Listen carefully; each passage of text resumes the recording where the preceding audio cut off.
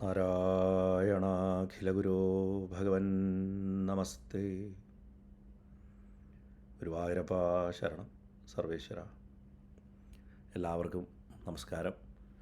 ഞാൻ ഈ ഒരു വീഡിയോ ചെയ്യാനുള്ള പ്രധാന കാരണം എന്താ വെച്ചാൽ, കഴിഞ്ഞ കുറേ ദിവസമായിട്ട് ഒരുപാട് പേര് കുംഭമേളയെക്കുറിച്ച് ഒരു ലഘു വിവരണം വേണം എന്നിങ്ങനെ ആവശ്യപ്പെടുന്നുണ്ട്. അപ്പോൾ അതിന് പറ്റിയ ഒരു സന്ദർഭം കിട്ടിയിരുന്നില്ല. അതുകൊണ്ടാണ് ഇത്രയും വൈകിയത്. ഇപ്പോൾ മേള തുടങ്ങിയിട്ട് ഏകദേശം 10-15 ദിവസത്തോളമായി. ഇന്നേക്ക് ജനുവരി 13-നാണ് തുടങ്ങിയത്. അത് ഫെബ്രുവരി 26 വരെ, ഇനി ഏകദേശം ഒരു മാസത്തിൻ്റെ കഷ്ടി ഉണ്ട്. അത് ശിവരാത്രിക്കാണ് അവസാനിക്കുക. പ്രയാഗ്രാജിൽ ലക്ഷക്കണക്കിന് ആൾക്കാരാണ് വന്നുകൊണ്ടിരിക്കുന്നത്. അല്ലെങ്കിൽ കോടിക്കണക്കിന് ആൾക്കാർ, ലക്ഷക്കണക്കൊന്നുമല്ല, കോടിക്കണക്കിന് ആൾക്കാരാണ് വന്നുകൊണ്ടിരിക്കുന്നത്. അപ്പോൾ അതിൻ്റെ മഹാത്മ്യത്തെക്കുറിച്ചും ആധ്യാത്മികമായിട്ടുള്ള പ്രസക്തിയെക്കുറിച്ചും കുറച്ച് ജ്യോതിഷപരമായിട്ടുള്ള കാര്യങ്ങളെക്കുറിച്ചൊക്കെ ഒന്ന് പറയണം എന്നിങ്ങനെ കഴിഞ്ഞ കുറേ ദിവസമായിട്ട് അനവധി മെസ്സേജുകൾ വന്നിട്ട് ഇങ്ങനെ അതിൻ്റെ ഭാഗമായിട്ടാണ് ഞാൻ ഈ വീഡിയോ ചെയ്യാൻ തീരുമാനിച്ചത്. കുംഭമേള എല്ലാവരുടെയും എന്താ പറയുക, മനസ്സിലിപ്പോൾ കയറി കൂടിയിട്ടുള്ളത് മുഴുവൻ റീൽസ് കൂടെയാണ്.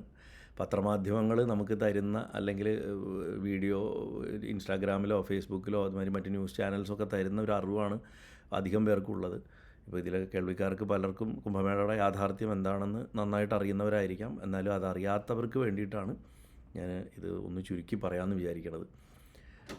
അതായത് കുംഭമേളയെ സംബന്ധിച്ചിടത്തോളം ശരിക്കും അത് ലോകത്തിലെ ഏറ്റവും വലിയ ഒരു ഒത്തുചേരലാണെന്ന് മാത്രമല്ല, അതായത് മനുഷ്യ ചരിത്രത്തിലെ ഏറ്റവും വലിയ ഒത്തുചേരലുകളിലൊന്നാണ് ശരിക്കും പറഞ്ഞു കഴിഞ്ഞാൽ. അത് ഒരിക്കലുണ്ടായി എന്നുള്ളതല്ല, അത് തുടർച്ചയായിട്ട് ഇന്നും നടന്നുകൊണ്ടിരിക്കുന്നു എന്നുള്ളതാണ്. കാലാകാലങ്ങളിൽ ഒരു കൃത്യമായിട്ടുള്ളൊരു ചിട്ട അനുസരിച്ചിട്ട് അത് നടന്നുകൊണ്ടിരിക്കണമെന്നുള്ളതാണ്. ഭാരതീയ പൈതൃകത്തിൽ, പ്രത്യേകിച്ച് സനാതനധർമ്മത്തിൽ, ഹിന്ദു പാരമ്പര്യത്തിൽ, അതിൻ്റെ പൗരാണികതയിലൊക്കെ ഒരു വലിയ സ്ഥാനം കുംഭമേളയ്ക്കുണ്ട്. പ്രധാനമായിട്ടും 4 സ്ഥാനങ്ങളിലാണ് കുംഭമേള നടക്കുന്നത്. ഹരിദ്വാരത്തിൽ, അതുപോലെ പ്രയാഗ്രാജിൽ, അതുപോലെ ഉജ്ജയിനിയിൽ, അതുപോലെ നാസിക്കിൽ. ഇങ്ങനെ 4 സ്ഥലത്താണ് കുംഭമേളകൾ നടക്കുന്നത്. അതിനൊരു ക്രമമുണ്ട്, കണക്കുണ്ട്. പൊതുവിൽ കുംഭമേളകൾ ഈ എന്താ പറയുക, ഒരു വലിയ ഗ്യാതറിങ്, വലിയൊരു ആൾക്കൂട്ടം വരിക എന്നുള്ള നിലയ്ക്ക് 12 വർഷക്കാലത്തിൻ്റെ ഒരു സൈക്കിളുകളിലാണ് ഇത് നടക്കുന്നത്. ശരിക്കും നമ്മൾ ഇതിൻ്റെ ഒരു കണക്ക് നോക്കിയാൽ കുംഭമേളയ്ക്ക് തുല്യമായൊരു മേള നമുക്കും ഉണ്ടായിരുന്നു കേരളത്തിൽ. മാമാങ്കം എന്ന് പറയും, മാഘമഖം എന്ന് പറയും. അതായത് മാഘമാസത്തിൽ സകല നദികളിലും ഗംഗയുടെ സാന്നിധ്യം ഉണ്ടാവും ഭാരതത്തിലെന്നാണ് സങ്കല്പം. അപ്പോൾ മാഘമാസത്തിൽ സ്നാനം ചെയ്യുക, നമ്മുടെ ഭാരതപ്പുഴയിൽ, നിളയിൽ, പെരിയാറിൽ ഒക്കെ ഉണ്ടാവും. അതിൽ നിളയിലുണ്ടാവും എന്നുള്ള വിശ്വാസത്തിൻ്റെ ഭാഗമായിട്ട് 12 വർഷം കൂടുമ്പോൾ നടത്തിയിരുന്ന ഒരു കുംഭമേള തന്നെയായിരുന്നു നമ്മുടെ മാമാങ്കം. എല്ലാ വർഷവും മാഘമാസത്തിലുള്ള സ്നാനമാണ് ഈ കുംഭമേളകളുടെയൊക്കെ ഏറ്റവും ചെറിയ യൂണിറ്റ്. അത് എല്ലാ വർഷവും ഉള്ളതാണ്, മാഘസ്നാനം എന്ന് പറയും. പിന്നെ അതിൻ്റെ പ്രോഗ്രഷൻസാണ് 3 കൊല്ലം കൂടുമ്പോൾ, 6 കൊല്ലം കൂടുമ്പോൾ, 12 കൊല്ലം കൂടുമ്പോൾ, 12 കൊല്ലം കൂടി 144 കൊല്ലം കൂടുമ്പോൾ, ഇങ്ങനെ ക്രമത്തിൽ കൊടുത്തിരിക്കുകയാണ്. അതിനൊക്കെ കാരണങ്ങളുമുണ്ട്. അതിൽ ഏറ്റവും പ്രധാനപ്പെട്ട ഒരു കാര്യം എന്താ വെച്ച് കഴിഞ്ഞാൽ, നമുക്കിപ്പോൾ ഈ കുംഭമേളയെക്കുറിച്ചുള്ള നമ്മുടെ അറിവുകളിൽ നമ്മളേറ്റവും കൂടുതൽ ചിന്തിക്കുന്ന ഒരു കാര്യം എന്താ, എപ്പോഴും കുംഭമേളയുടെ ഒരു ഐതിഹ്യം എന്താണ് എന്നാണ് ആദ്യം എല്ലാവരും ആലോചിക്കുക. പിന്നെയാണ് അതിൻ്റെ ചരിത്രം വരിക. ചരിത്രം വരുമ്പോൾ വാസ്തവത്തിൽ ഇന്നിപ്പോൾ നമ്മൾ പ്രയാഗ്രാജ് കാണുന്ന ഈ കുംഭമേള, അത് ഇന്നത്തെ അത്ര വിപുലമായ രീതിയിൽ ചരിത്രത്തിലെ രേഖപ്രകാരം നടത്തിയത് ഹർഷവർദ്ധനൻ ചക്രവർത്തിയായിരിക്കുമ്പോഴാണ്. ഹർഷനാണ് ഈ പ്രസിദ്ധമായിട്ടുള്ള നളദമയന്തിമാരുടെ കഥ നളോദന്തം എന്നുള്ള പേരിൽ സംസ്കൃതത്തിൽ ഒരു കാവ്യമായിട്ട് എഴുതിയതും അതിനെ ഉപജീവിച്ചിട്ടാണ് ഉണ്ണായിവാര്യർ കേരളത്തിൽ നളചരിത കഥകളിക്ക് എഴുതിയതൊക്കെ. ഹർഷവർദ്ധനൻ പണ്ഡിതൻ കൂടിയായിട്ടുള്ള ഒരു ചക്രവർത്തിയായിരുന്നു. അദ്ദേഹത്തിൻ്റെ സഹോദരി അങ്ങനെ ഒരു മഹാപണ്ഡിതയായിരുന്നു അവർ. അപ്പോൾ ഹർഷവർദ്ധനൻ്റെ ആശയമായിരുന്നു ഇതിനെ ഒരു ഓർഗനൈസ്ഡ് സ്ട്രക്ചറിൽ ചെയ്യുക എന്നുള്ളത്. അങ്ങനെ അദ്ദേഹമാണ് ഇന്നത്തെ കുംഭമേളയുടെ അഥവാ പ്രയാഗ്രാജിലെ കുംഭമേള ചിട്ടപ്പെടുത്തിയത് എന്നാണ് പറയണത്. എന്ന് വെച്ചാൽ അദ്ദേഹമാണ് തുടങ്ങിയത് എന്നുള്ളതിന് യാതൊരു അർത്ഥമില്ല. അദ്ദേഹത്തിനൊക്കെ എത്രയോ നൂറ്റാണ്ടുകൾക്കോ സഹസ്രാബ്ദങ്ങൾക്കോ മുന്നേ തന്നെ കുംഭമേളകൾ നടത്തപ്പെട്ടിരുന്നു ഈ സ്ഥാനങ്ങളിലൊക്കെ തന്നെ.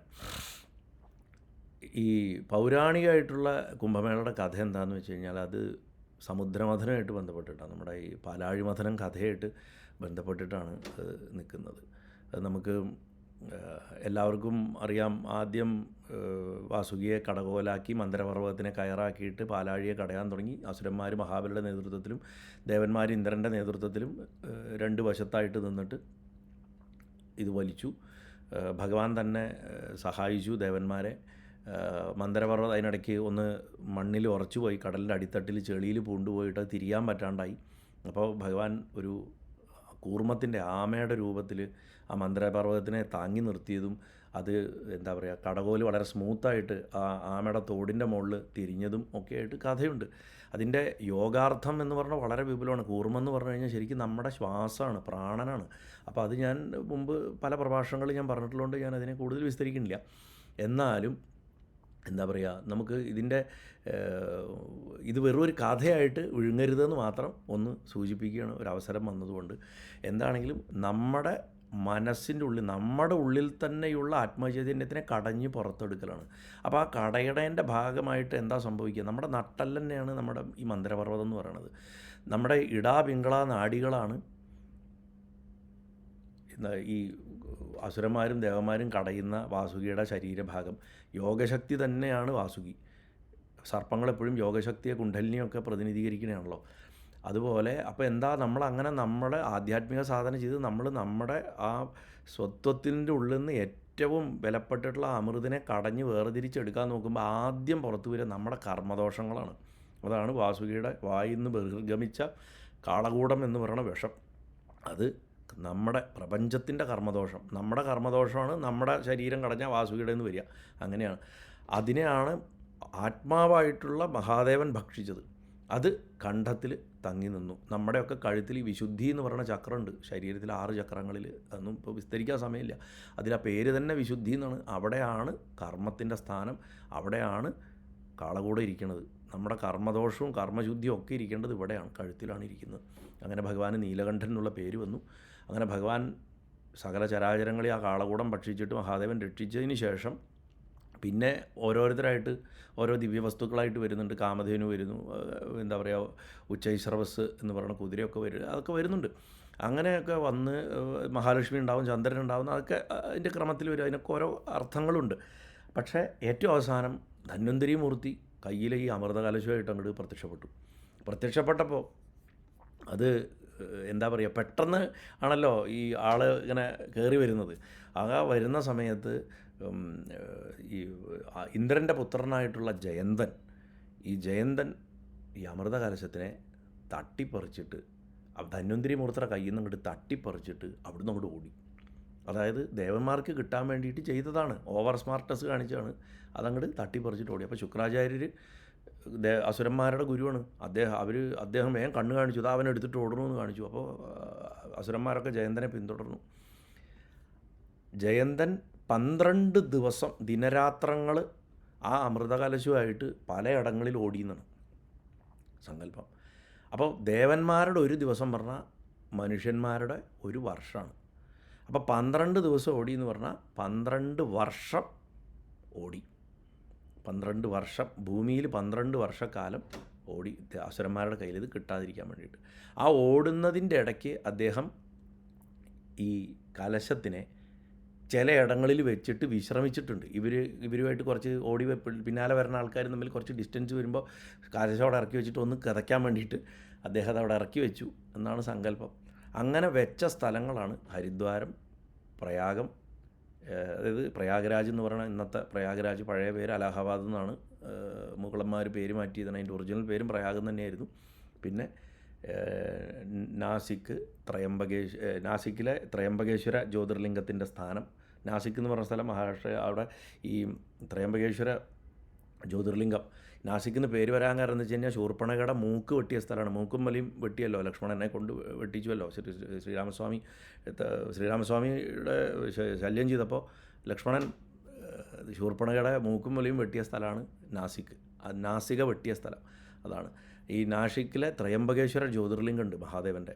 12 ജ്യോതിർലിംഗങ്ങൾ, 12 ജ്യോതിർലിംഗങ്ങളിൽ പെട്ടാണ്. അവിടെയാണ് പിന്നത്തെ ജയന്തൻ ആ പാത്രം വെച്ചത്. പിന്നെ അതിനുശേഷം ഉജ്ജയിനി എന്ന് പറഞ്ഞു കഴിഞ്ഞാൽ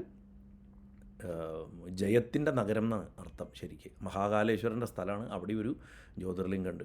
അപ്പോൾ ഈ 4 സ്ഥലങ്ങളിലാണ് ഇത് വെച്ചതെന്നാണ് പറയണത്. അതുകൊണ്ട് ഈ 4 സ്ഥലങ്ങളിൽ വയ്ക്കുമ്പോൾ ഈ അമൃതിൻ്റെ തുള്ളികൾ ചെതറി വീണിട്ടുണ്ട്. അതായത് വയ്ക്കുന്ന സമയത്ത് തെറിച്ച് വീണതായിരിക്കണം, അല്ലെങ്കിൽ പിടിച്ച് വലിച്ചപ്പോൾ തെറിച്ച് വീണതായിരിക്കും, എന്തോ അതൊക്കെ പല കഥകളുണ്ട്. എന്താണെങ്കിലും അമൃത് വീണിട്ടുണ്ട് ഈ ഹരിദ്വാരത്തിലും പ്രയാഗത്തിലും നാഷിക്കിലും അതുമാതിരി ഉജ്ജയിനിയിലും. അപ്പോൾ അതുകൊണ്ട് എന്തുണ്ടായെന്ന് വെച്ചാൽ ഈ സ്ഥലങ്ങളൊക്കെ അഭൗമമായിട്ടുള്ള ചൈതന്യമുള്ള സ്ഥലങ്ങളായിട്ട് മാറി. അതിനുശേഷം ഒരു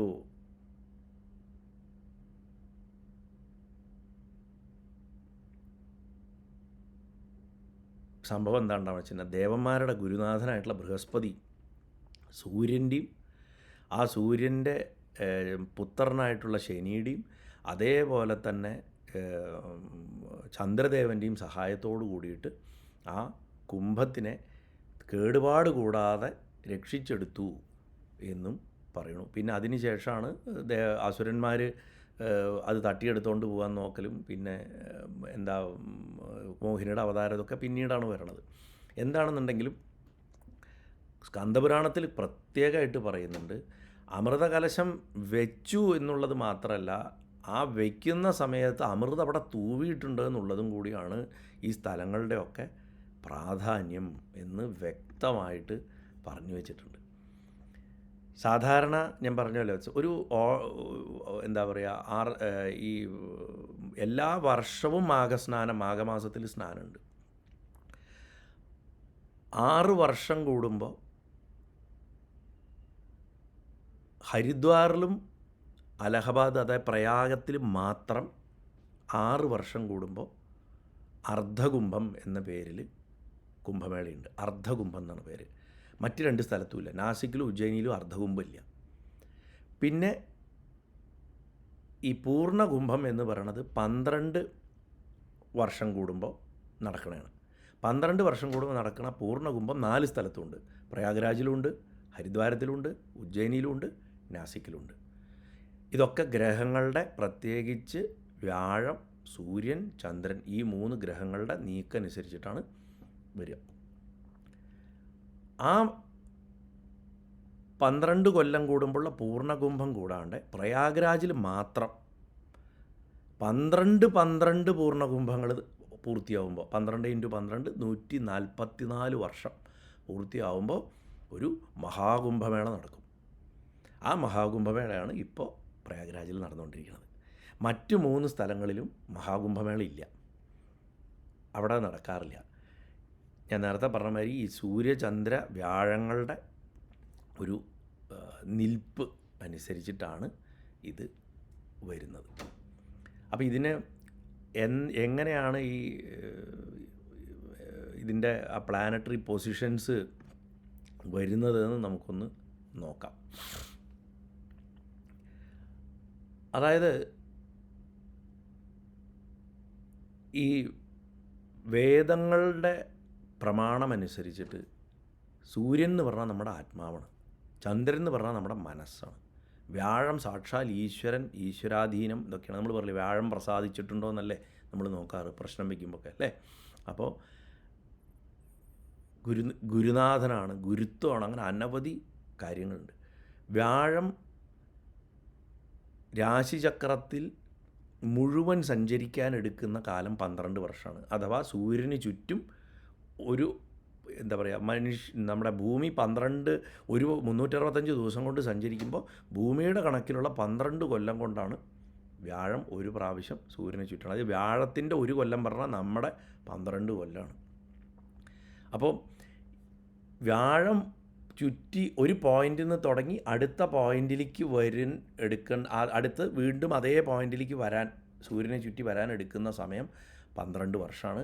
ഈ കാലം കൊണ്ട് ഈ 12 രാശികളിൽ കൂടി മേടം, ഇടവം, മിഥുനം, കർക്കിടകം, ചിങ്ങം, കന്നി, തുലാം, വൃശ്ചികം, ധനു, മകരം, കുംഭം, മീനം, ഈ ഇതിൽ കൂടെ മുഴുവൻ വ്യാഴം സഞ്ചരിക്കുകയും ചെയ്യും. അത് ആ സഞ്ചാരകാലത്തിൽ ഓരോ പർട്ടിക്കുലർ പോയിന്റിൽ വരുമ്പോൾ സൂര്യൻ എവിടെയാണ്, ചന്ദ്രൻ എവിടെയാണെന്നുള്ളതും കൂടെ അനുസരിച്ചിട്ടാണ് കുംഭം വരുന്നത്, കുംഭമേള നടത്തുന്നത്. ഉദാഹരണത്തിന് അതിനൊരു ശ്ലോകമുണ്ട്.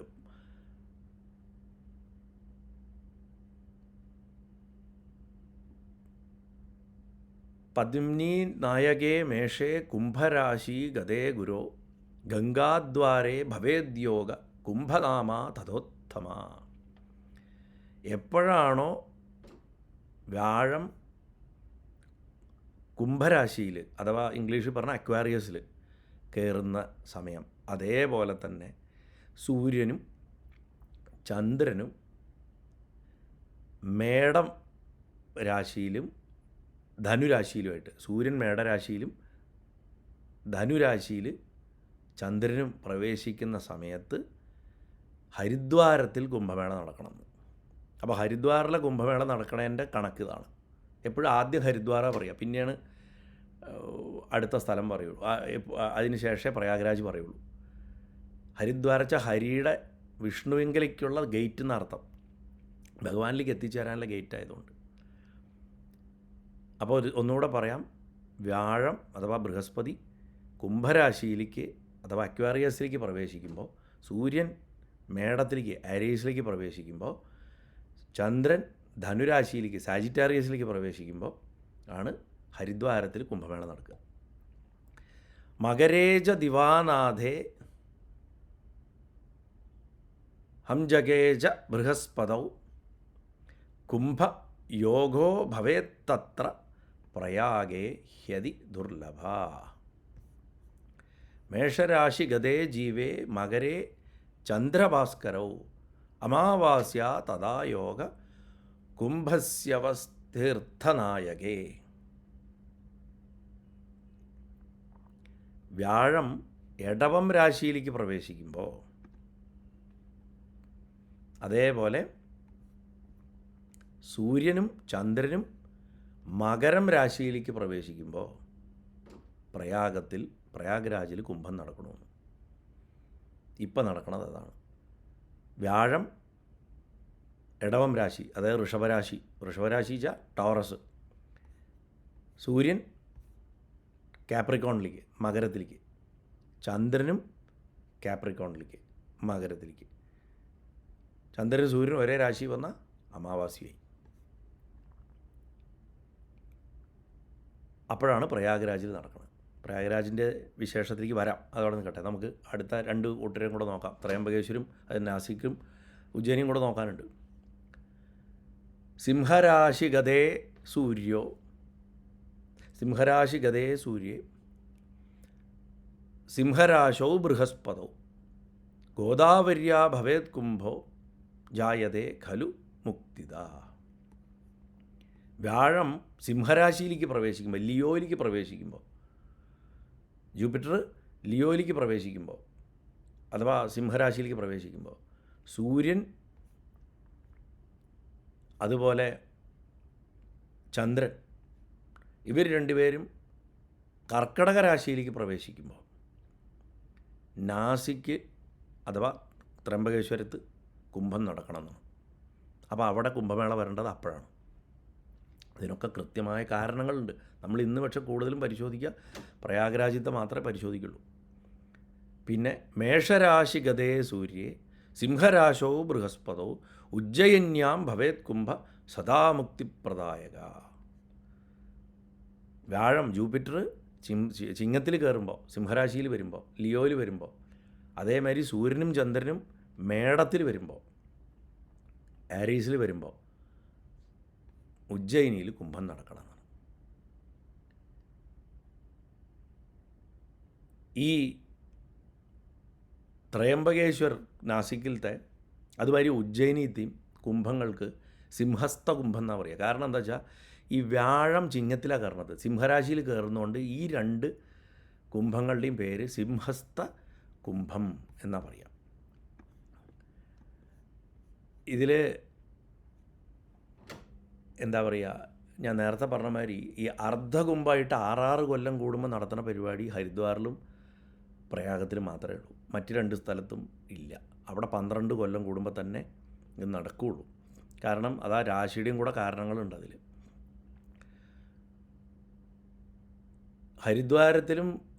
ഹരിദ്വാരത്തിൽ കുംഭം നടക്കുന്നത് ഗംഗാമാതാവിൻ്റെ മടിത്തട്ടിലാണ്, ഗംഗയിലാണ് കുംഭം. നാസിക്കിൽ പ്രയാഗ്രാജിലാവുമ്പോൾ ഗംഗയും യമുനയും രഹസ്യമാർഗത്തിൽ കൂടെ, അതായത് കാണാൻ പറ്റാത്ത രൂപത്തിൽ ഗുപ്ത സരസ്വതിയായിട്ട് വരണ സരസ്വതി ദേവിയുടെയും കൂടെയുള്ള ത്രിവേണി സംഗമത്തിലാണ് കുംഭം നടക്കുന്നത്. നാസിക്കിൽ ഗോദാവരി നദിയിലാണ് കുംഭം നടക്കുന്നത്. ഉജ്ജയിനിയിൽ ക്ഷിപ്ര നദിയിലാണ് കുംഭം നടക്കുന്നത്. അപ്പം ഈ എന്താ പറയുക, ഈ പറഞ്ഞ സ്ഥലങ്ങൾക്കൊക്കെ വലിയ പ്രാധാന്യമുള്ള സ്ഥലങ്ങളാണ്. ഞാൻ നേരത്തെ പറഞ്ഞില്ല, ഈ നാസിക് എന്ന് പറഞ്ഞാൽ ശൂർപ്പണഖയുടെ കഥ, ദണ്ഡകാരണ്യം എന്ന് പറയുന്ന സ്ഥലമാണ്. ശ്രീരാമസ്വാമി താമസിച്ച സ്ഥലമാണ്. ത്രയംബകേശ്വരം 12 ജ്യോതിർലിംഗങ്ങളിൽ പെട്ടാണ്. ഗോദാവരി നദി ഉത്ഭവിക്കണത് ആ ബ്രഹ്മഗിരിയിൽ നിന്നാണ്, ബ്രഹ്മഗിരി കുന്നുകളിൽ നിന്നാണ്. അതാണെങ്കിൽ വളരെ വിശേഷമായിട്ടുള്ള സ്ഥലമാണ്. ത്രയംബകേശ്വരിൽ ആണ് നിവൃത്തിനാഥൻ എന്ന് പറയുന്ന സന്യാസി, നാദസമ്പ്രദായത്തിൻ്റെ എന്താ പറയുക ഒരു പ്രധാന സന്യാസി തന്നെയാണെന്ന് പറയാം. അദ്ദേഹത്തിൻ്റെ ഒരു സമാധിയൊക്കെ ഇരിക്കുന്നത് ത്രയംബകേശ്വരിലാണ്. അപ്പോൾ ഈ നാസിക്കിലെ കുംഭത്തിൽ ഒരു പ്രത്യേകതയുണ്ട്. പ്രയാഗ്രാജിലും ഹരിദ്വാരത്തിലും ഉജ്ജയിനിയിലും ഈ ശൈവമാരും വൈഷ്ണവന്മാരുമായിട്ടുള്ള അഖാഡകളുണ്ട്. സന്യാസികളുടെ സമൂഹങ്ങളാണ് ഈ അഖാഡകൾ. അതിൽ വൈഷ്ണവ അഖാഡകളും ശൈവ അഖാഡകളും ഒന്നിച്ചു വന്നിട്ട് ഐക്യമായിട്ട് തന്നെയാണ് എല്ലാവരും ഒരുമിച്ചാണ് അവിടെ സ്നാനം ചെയ്യുക, കുളിക്കുക. പക്ഷേ ത്രയംബകേശ്വരിൽ, നാസിക്കിൽ അങ്ങനെയല്ല. ഈ വൈഷ്ണവ ശൈവ യുദ്ധങ്ങൾ പഴയ കാലത്ത് ശിവനാണോ വലുത് വിഷ്ണുവാണോ വലുത് എന്നുള്ള അടിപിടി ഉണ്ടായിരുന്നുകൊണ്ട് അത് സന്യാസിമാരെയും ബാധിച്ചിരുന്നു. അപ്പോൾ ശൈവ സന്യാസിമാരും വൈഷ്ണവ സന്യാസിമാരും തമ്മിൽ വലിയ വലിയ ഏറ്റുമുട്ടലുകൾ ഉണ്ടായപ്പോൾ മഹാരാഷ്ട്രയിലെ പേഷ്വാമാർ ഇതിനെ വെവ്വേറെയാക്കി. അപ്പം അതുകൊണ്ട് ഈ കുളിക്കുന്നത് ഗോദാവരി നദിയിൽ 2 വ്യത്യസ്ത സ്ഥലങ്ങളിൽ കുളിച്ചോളണം എന്നാണ് നിയമം. അതുകൊണ്ട് വൈഷ്ണവ അഖാഡകളിലുള്ള സന്യാസിമാരൊക്കെ നാസിക്കിലാണ് കുളിക്കുക. ശൈവ സന്യാസിമാർ അതുമാതിരി ഈ ഉദാസീൻ അഖാഡാസ് എന്നൊക്കെ പറയണം, ആ ഇതിൽ പെട്ടിട്ടുള്ള വിഭാഗത്തിൽപ്പെട്ടവരൊക്കെ ത്രയംബകേശ്വരത്ത് പോയിട്ട് ജ്യോതിർലിംഗത്തിൻ്റെ അവിടെയാണ് കുളിക്കുക. അപ്പോൾ ഇങ്ങനെ ഒരു ഡിഫറൻസ് ചെയ്തു വെച്ചിട്ടുണ്ട്. ഇനി പ്രയാഗ്രാജിലത്തെ ഈ മഹാകുംഭത്തിൻ്റെ ജ്യോതിഷം പരമായിട്ടുള്ള പ്രാധാന്യത്തെ നമുക്ക് ഒന്നുകൂടെ വിസ്തരിച്ച് നോക്കാം. കാരണം അത് മനസ്സിലാക്കിയാൽ തന്നെ നമുക്ക് ഈ മഹാമേള അത് നിശ്ചയിച്ച ബുദ്ധിയെ നമുക്ക് നമസ്കരിക്കേണ്ടി വരും. അങ്ങനെ നമസ്കരിക്കണം നമ്മൾ. കാരണം അത്രയ്ക്ക് നമ്മുടെ ആചാര്യന്മാരുടെയൊക്കെ തോട്ട് പ്രോസസ്സ് എന്ന് പറഞ്ഞാൽ അത്രമാത്രം ഡെപ്തുള്ളതായിരുന്നു. അത് ഇന്ന് ഈ യൂട്യൂബിലിരുന്നിട്ട് ഓരോ പൊട്ടത്തരം പിടിച്ച കമൻറ്റുകൾ ഇട്ടിട്ട് എല്ലാറ്റിനെയും നിരാകരിക്കുന്ന മണ്ടത്തരം പറയണ ഈ ഒരു കാലഘട്ടത്തിലോ ഈ കാലത്തെ മനുഷ്യർക്കും അത് മനസ്സിലാവില്ല. ഞാൻ നേരത്തെ പറഞ്ഞു, പ്രധാനപ്പെട്ട സ്നാനം എന്ന് പറഞ്ഞാൽ ഋഷഭരാശിയിൽ ഇടവം രാശിയിൽ വ്യാഴം വരിക, ടോറസിൽ മകരരാശിയിൽ സൂര്യൻ വരിക, അവിടെ തന്നെ ചന്ദ്രനും വരിക, അന്ന് അമാവാസി തിഥിയായിരിക്കുക. വൃഷരാശി ഗതേ ജീവേ മകരേ ചന്ദ്രഭാസ്കരവും അമാവാസ്യ തഥായോഗ കുംഭാക്യ തീർത്ഥനായകേ. ഇങ്ങനെ വരണം, ഇതാണ് പ്രമാണം പ്രയാഗ്രാജിലെ കുംഭമേള നടത്താൻ. വ്യാഴം ഇടവരാശിയിൽ നിൽക്കുക, അതാണ് ഫസ്റ്റ് കണ്ടീഷൻ. വ്യാഴം ഇടവരാശിയിൽ നിൽക്കുക എന്ന് പറഞ്ഞാൽ ഇടവം ടോറസ്, ആ ടോറസ് ഓരോ രാശിക്കും ഓരോ ഗ്രഹം ആധിപത്യമുണ്ട്. അതാത് രാശികൾക്ക് രാജാവായിട്ട് ഒരു അധിപനായിട്ട് ഒരു ഗ്രഹം ഉണ്ടാവും. അപ്പോൾ ഇടവം രാശിയുടെ നാഥൻ ആരാ? ശുക്രനാണ്. ശുക്രൻ അസുരഗുരുവാണ്. വ്യാഴം ബൃഹസ്പതി ദേവകുമാരുടെ ഗുരുവാണ്. ചുരുക്കി പറഞ്ഞാൽ എന്താ സംഭവിക്കേണ്ടത്? അസുരഗുരുവിൻ്റെ വീട്ടിൽ ദേവഗുരു പോയിട്ട് നിൽക്കുകയാണ്. ശത്രുവിൻ്റെ വീട്ടിലാണ് നിൽക്കുന്നത്. ശത്രുവിൻ്റെ അവിടെ താമസിക്കേണ്ട അവസ്ഥ വന്നാൽ നമ്മുടെ ഗതികേട് എന്തായിരിക്കും? നമ്മുടെ തേജസ് നശിക്കും, നമുക്ക് ശക്തി കുറവായിരിക്കും, നമ്മളവിടെ അടങ്ങി ഒതുങ്ങി നിൽക്കേണ്ട അവസ്ഥയായിരിക്കും.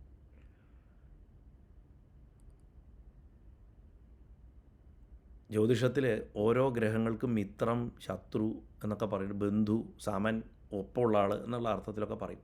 അങ്ങനെയുണ്ട്. അത് കുറച്ച് കണക്കുകളില്ല. അതിലിപ്പം നമുക്ക് ആവശ്യമുള്ളത് മാത്രം നോക്കാം. വ്യാഴത്തിനെ സംബന്ധിച്ചിടത്തോളം ശുക്രൻ ശത്രുവാണ്, ബുധനും ശത്രുവാണ്. ബുധൻ ബൃഹസ്പതിയുടെ ഭാര്യ താരയ്ക്ക് ചന്ദ്രനിലുണ്ടായ മകനായതുകൊണ്ട് ബുധനെ ഇഷ്ടമല്ല ബൃഹസ്പതിക്ക്. പുരാണമാണ് ഞാൻ പറയണത്. ആ പ്രതികൂലമാണ് പറയാൻ.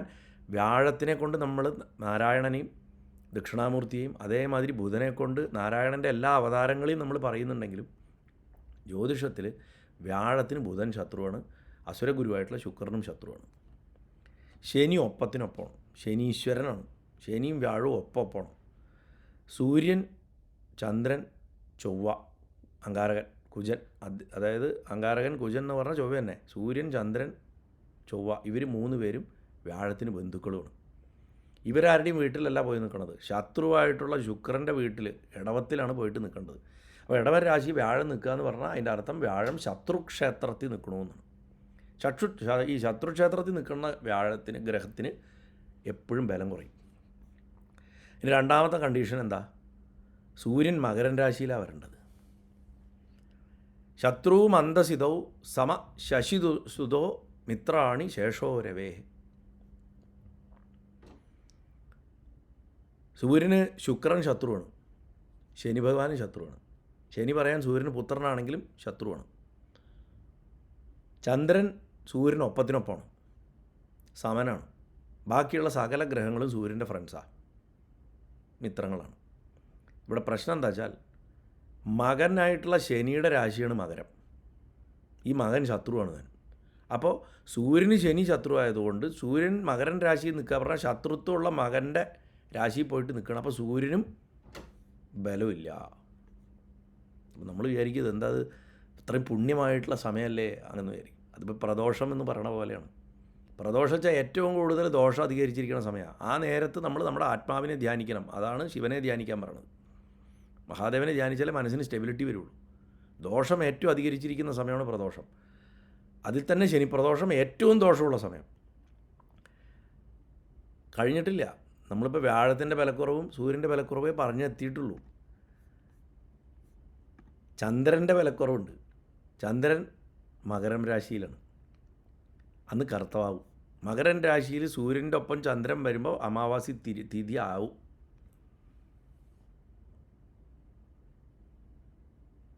ഒപ്പമല്ലേ വരണത്. ഒപ്പം വന്നു കഴിഞ്ഞാൽ ഇരുട്ടാണ്. പിന്നെ ചന്ദ്രനെ സംബന്ധിച്ചിടത്തോളം അമാവാസിക്ക് ഒട്ടും ബലം ഉണ്ടാവില്ല. പൗർണമി ദിവസം പൂർണ്ണ ബലമായിരിക്കും. അതിനെ പക്ഷബലം എന്ന് പറയും. ഒരു പക്ഷ വെച്ചാൽ 15 ദിവസം ആണ്. ആ 15 ദിവസം കൂടുമ്പോൾ ബലം കൂടും. അങ്ങനെ വർദ്ധിച്ച് വരും. പൂർണ്ണ ബലവും പിന്നെ ക്ഷയിച്ച് വന്ന് ഒട്ടും ബലമില്ലാണ്ടാവും കർത്തവാകുമ്പോൾ. അപ്പം വെളുത്തവാവിൻ്റെ അടുത്തേക്ക് അടുക്കുമ്പോൾ ബലം കൂടുക, കർത്തവാവിനോട് അടുക്കുമ്പോൾ ബലം കുറയുക. ഇതേതിനനുസരിച്ചിട്ട് ഈ ചന്ദ്രൻ ഇങ്ങനെ ഓരോ ദിവസവും വൃദ്ധി ഉണ്ടായി വരുന്നത് വെളുത്ത പക്ഷം എന്ന് പറയും. അതിലെ ഓരോ ദിവസവും നിൽക്കുന്നതിനാണ് തിഥികൾ എന്ന് പറയുക. അതേമാതിരി ഓരോ ദിവസം ക്ഷയിച്ച് വന്നാൽ അതിനെ കറുത്തപക്ഷം എന്ന് പറയും, കൃഷ്ണപക്ഷം എന്ന് പറയും. മറ്റേ വെളുത്ത പക്ഷമാണ് ഈ വർദ്ധിച്ച് വരുന്നതിന് വെളുത്ത പക്ഷം എന്ന് പറയും, അഥവാ ശുക്ലപക്ഷം എന്ന് പറയും. കറുത്ത പക്ഷത്തിൽ, കൃഷ്ണപക്ഷത്തിൽ ക്ഷയിച്ചാൽ വരിക. അതിനും ഓരോ ദിവസം നിൽക്കുന്നതിന് തിഥികളുണ്ട്. പ്രഥമ തിഥിയ, തൃതീയ, അങ്ങനെയൊക്കെ 11ാമത്തെ തിഥിയൊക്കെയാണ് നമ്മൾ പറയണ ഏകാദശിയൊക്കെ. ദ്വാദശി 12ാമത്തെ തിഥി, അതുമാതിരി 6ാമത്തെയാണെങ്കിൽ ഷഷ്ടി, ഇങ്ങനെയൊക്കെ പ്രസിദ്ധമായിട്ടുള്ള തിഥികളുടെ പേരൊക്കെ പറഞ്ഞാൽ അങ്ങനെയാണ്. ഈ തിഥികൾക്ക് അനുസരിച്ചിട്ട് നമ്മുടെ മനുഷ്യൻ്റെ മാനസികാവസ്ഥയ്ക്ക്, ഈവൻ ഭ്രാന്തിനടക്കം മാറ്റം വരും. അത് പ്രകൃതിയിൽ തന്നെ കാണാം. എല്ലാ ചരാചരങ്ങളിലും വാസനകൾക്ക്, പെരുമാറ്റത്തിൽ മാറ്റം വരണമെന്ന് നോക്കിയാൽ മനസ്സിലാവും. അത് പഴയ ആചാര്യന്മാർ നിരീക്ഷിച്ച് മനസ്സിലാക്കിയിട്ടുള്ളതാണ്. അമാവാസി ദിവസം, അതുമാതിരി കറുത്ത പക്ഷത്തിലെ ചതുർദശി ദിവസം, കറുത്തവാവിൻ്റെ തലേ ദിവസം, അമാവാസിയുടെ തലേ ദിവസം ഈ 2 ദിവസവും കറുത്ത പക്ഷത്തിലെ കൃഷ്ണപക്ഷത്തിലെ ചതുർദശിയിലും അതിൻ്റെ തൊട്ട് പിറകെ വരുന്ന അമാവാസി ദിവസവും ചന്ദ്രൻ വളരെ ക്ഷീണിതനായിരിക്കും, ശക്തി ഉണ്ടാവില്ല. അപ്പോൾ ഒന്ന് ആലോചിച്ച് നോക്കൂ, ഗുരു വ്യാഴം ക്ഷീണിച്ചിട്ട് ശത്രുക്ഷേത്രത്തിൽ, സൂര്യൻ ശത്രുക്ഷേത്രത്തിൽ, ചന്ദ്രൻ ക്ഷീണിച്ചിട്ട്, അപ്പോൾ എത്ര മോശം സമയമായിരിക്കും എന്ന് ആലോചിച്ച് നോക്കുക. ചന്ദ്രൻ എന്ന് പറഞ്ഞു കഴിഞ്ഞാൽ ഈ കാലമാകുന്ന വലിയൊരു മഹാവൃക്ഷമുണ്ട്, ആ മഹാവൃക്ഷത്തിൻ്റെ അടിവേരാണ്, അഥവാ അതിൻ്റെ ട്രങ്കാണ്. ഗ്രഹങ്ങളൊക്കെ ആ മരത്തിൻ്റെ ശാഖകളാണ്.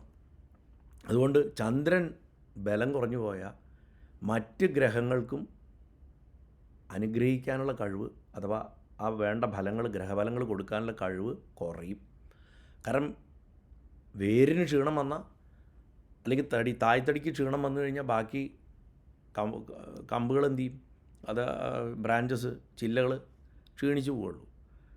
അതുകൊണ്ട് ചന്ദ്രൻ വീര്യം വീര്യബീജം ഗ്രഹാണാം. എല്ലാ ഗ്രഹങ്ങളുടെയും ബലത്തിൻ്റെ അടിസ്ഥാനം ചന്ദ്രൻ്റെ ബലമാണ് എന്നാ പറയണത്. അപ്പോൾ ഈ കുംഭമേള നടക്കണ സമയത്ത് സൂര്യനാകട്ടെ, ചന്ദ്രനാകട്ടെ, വ്യാഴാകട്ടെ, ഇവർ ഈ 3 ഗ്രഹങ്ങളും വളരെ ക്ഷീണിതാവസ്ഥയിലായിരിക്കുന്നത്. ഇനി ഇവർ ക്ഷീണിച്ചു കഴിഞ്ഞാൽ എന്തൊക്കെ സംഭവിക്കും? സൂര്യൻ ആത്മാവാണ്, അച്ഛനാണ്, അതുമാതിരി നമ്മുടെ പൈതൃകത്തിൻ്റെ ഒക്കെ കാരകനാണ്. അപ്പോൾ സൂര്യൻ്റെ ബലം ക്ഷയിക്കുക എന്ന് പറഞ്ഞു കഴിഞ്ഞാൽ പരമപ്രധാനമായിട്ട് നമ്മുടെ ആത്മാവിന് ചൈതന്യക്ഷയം സംഭവിക്കുന്നു എന്നർത്ഥം. ചന്ദ്രൻ മനസ്സ്, അമ്മ, ജലം, ഇങ്ങനെയൊക്കെ അനവധി കാരകത്വമുണ്ട്. ആ മനസ്സിൻ്റെ ക്ഷയമാണ്, മനസ്സിന് ബലം കുറയണ സമയമാണ് ചന്ദ്രൻ അമാവാസിയിൽ പോകുമ്പോൾ. വ്യാഴെന്ന് പറഞ്ഞാൽ ഈശ്വരാധീനം, അറിവ്, ഗുരുത്വം, ഇതൊക്കെയാണ്. ആ വ്യാഴവും ക്ഷയിച്ചു, അപ്പോൾ ഗുരുത്വവും പോയില്ല, ഈശ്വരാധീനവും ഇല്ല, ഇങ്ങനത്തെ ഒരവസ്ഥ. ചുരുക്കി പറഞ്ഞു കഴിഞ്ഞാൽ സൂര്യൻ നമ്മുടെ ആത്മാവിനെയും, ചന്ദ്രൻ നമ്മുടെ മനസ്സിനെയും, വ്യാഴം നമ്മുടെ ബുദ്ധിയെ നിയന്ത്രിക്കുന്നുണ്ട്. ഇവർ 3 പേര് ക്ഷയിച്ചു കഴിഞ്ഞാൽ, ആത്മാവ് ക്ഷയിച്ചാൽ ഓട്ടോമാറ്റിക്കലി ശരീരത്തിന് ക്ഷയം വന്നു, മനസ്സും ക്ഷയിച്ചു, ബുദ്ധിയും ക്ഷയിച്ചു. അതേപോലെ തന്നെ ഇവരും ഈ 3 ഗ്രഹങ്ങളും അച്ഛൻ, അമ്മ, ഗുരുനാഥൻ, നമ്മൾ സാധാരണ മാതാപിതാ ഗുരു എന്ന് പറയും. അങ്ങനെയുള്ള ആ 3 പ്രധാന വ്യക്തികൾ നമ്മുടെ ജീവിതത്തിൽ, അവർ 3 ആൾക്കാരുടെയും കാരകത്വം ഉള്ള ഗ്രഹങ്ങളാണ്. ആ 3 പേർക്കും ക്ഷയമാണ്. ഇതെല്ലാം ഒറ്റടിക്ക് ഒരേ സമയത്ത് വരികയാണ്. അതുകൊണ്ട് പണ്ടത്തെ കാലത്ത് മഹർഷിമാർ ഈ വിശേഷ ദിവസം ദേവന്മാരെയും ബ്രാഹ്മണന്മാരെയും ഒക്കെ, ഗുരുനാഥന്മാരെയും സന്യാസിമാരെയും ഒക്കെ പൂജിക്കുക, എന്നിട്ട് പുണ്യസ്നാനം ചെയ്ത് ബലം വർദ്ധിപ്പിക്കാൻ, മനസ്സിനും ആത്മാവിനും ബുദ്ധിക്കും ബലം വർദ്ധിപ്പിക്കാൻ, ഈ ക്ഷീണത്തെ മറികടക്കാനായിട്ടുള്ള പദ്ധതിയെ ആവിഷ്കരിച്ചിരിക്കുകയാണ്. അതിനു വേണ്ടിയിട്ട് ഭൂമിയിൽ ഊർജം ഒരു പ്രത്യേക രീതിയിൽ കോൺസെൻട്രേറ്റഡ് ആയിട്ട് വരുന്ന സ്ഥലങ്ങളെ കണ്ടെത്തി, ആ സ്ഥലത്ത് ഈ ഗ്രഹയോഗങ്ങൾ നടക്കുന്ന സമയത്ത് സ്നാനം ചെയ്യിപ്പിക്കാനായിട്ട് ഉള്ള സംവിധാനം ഒരുക്കിയിരിക്കുന്നു.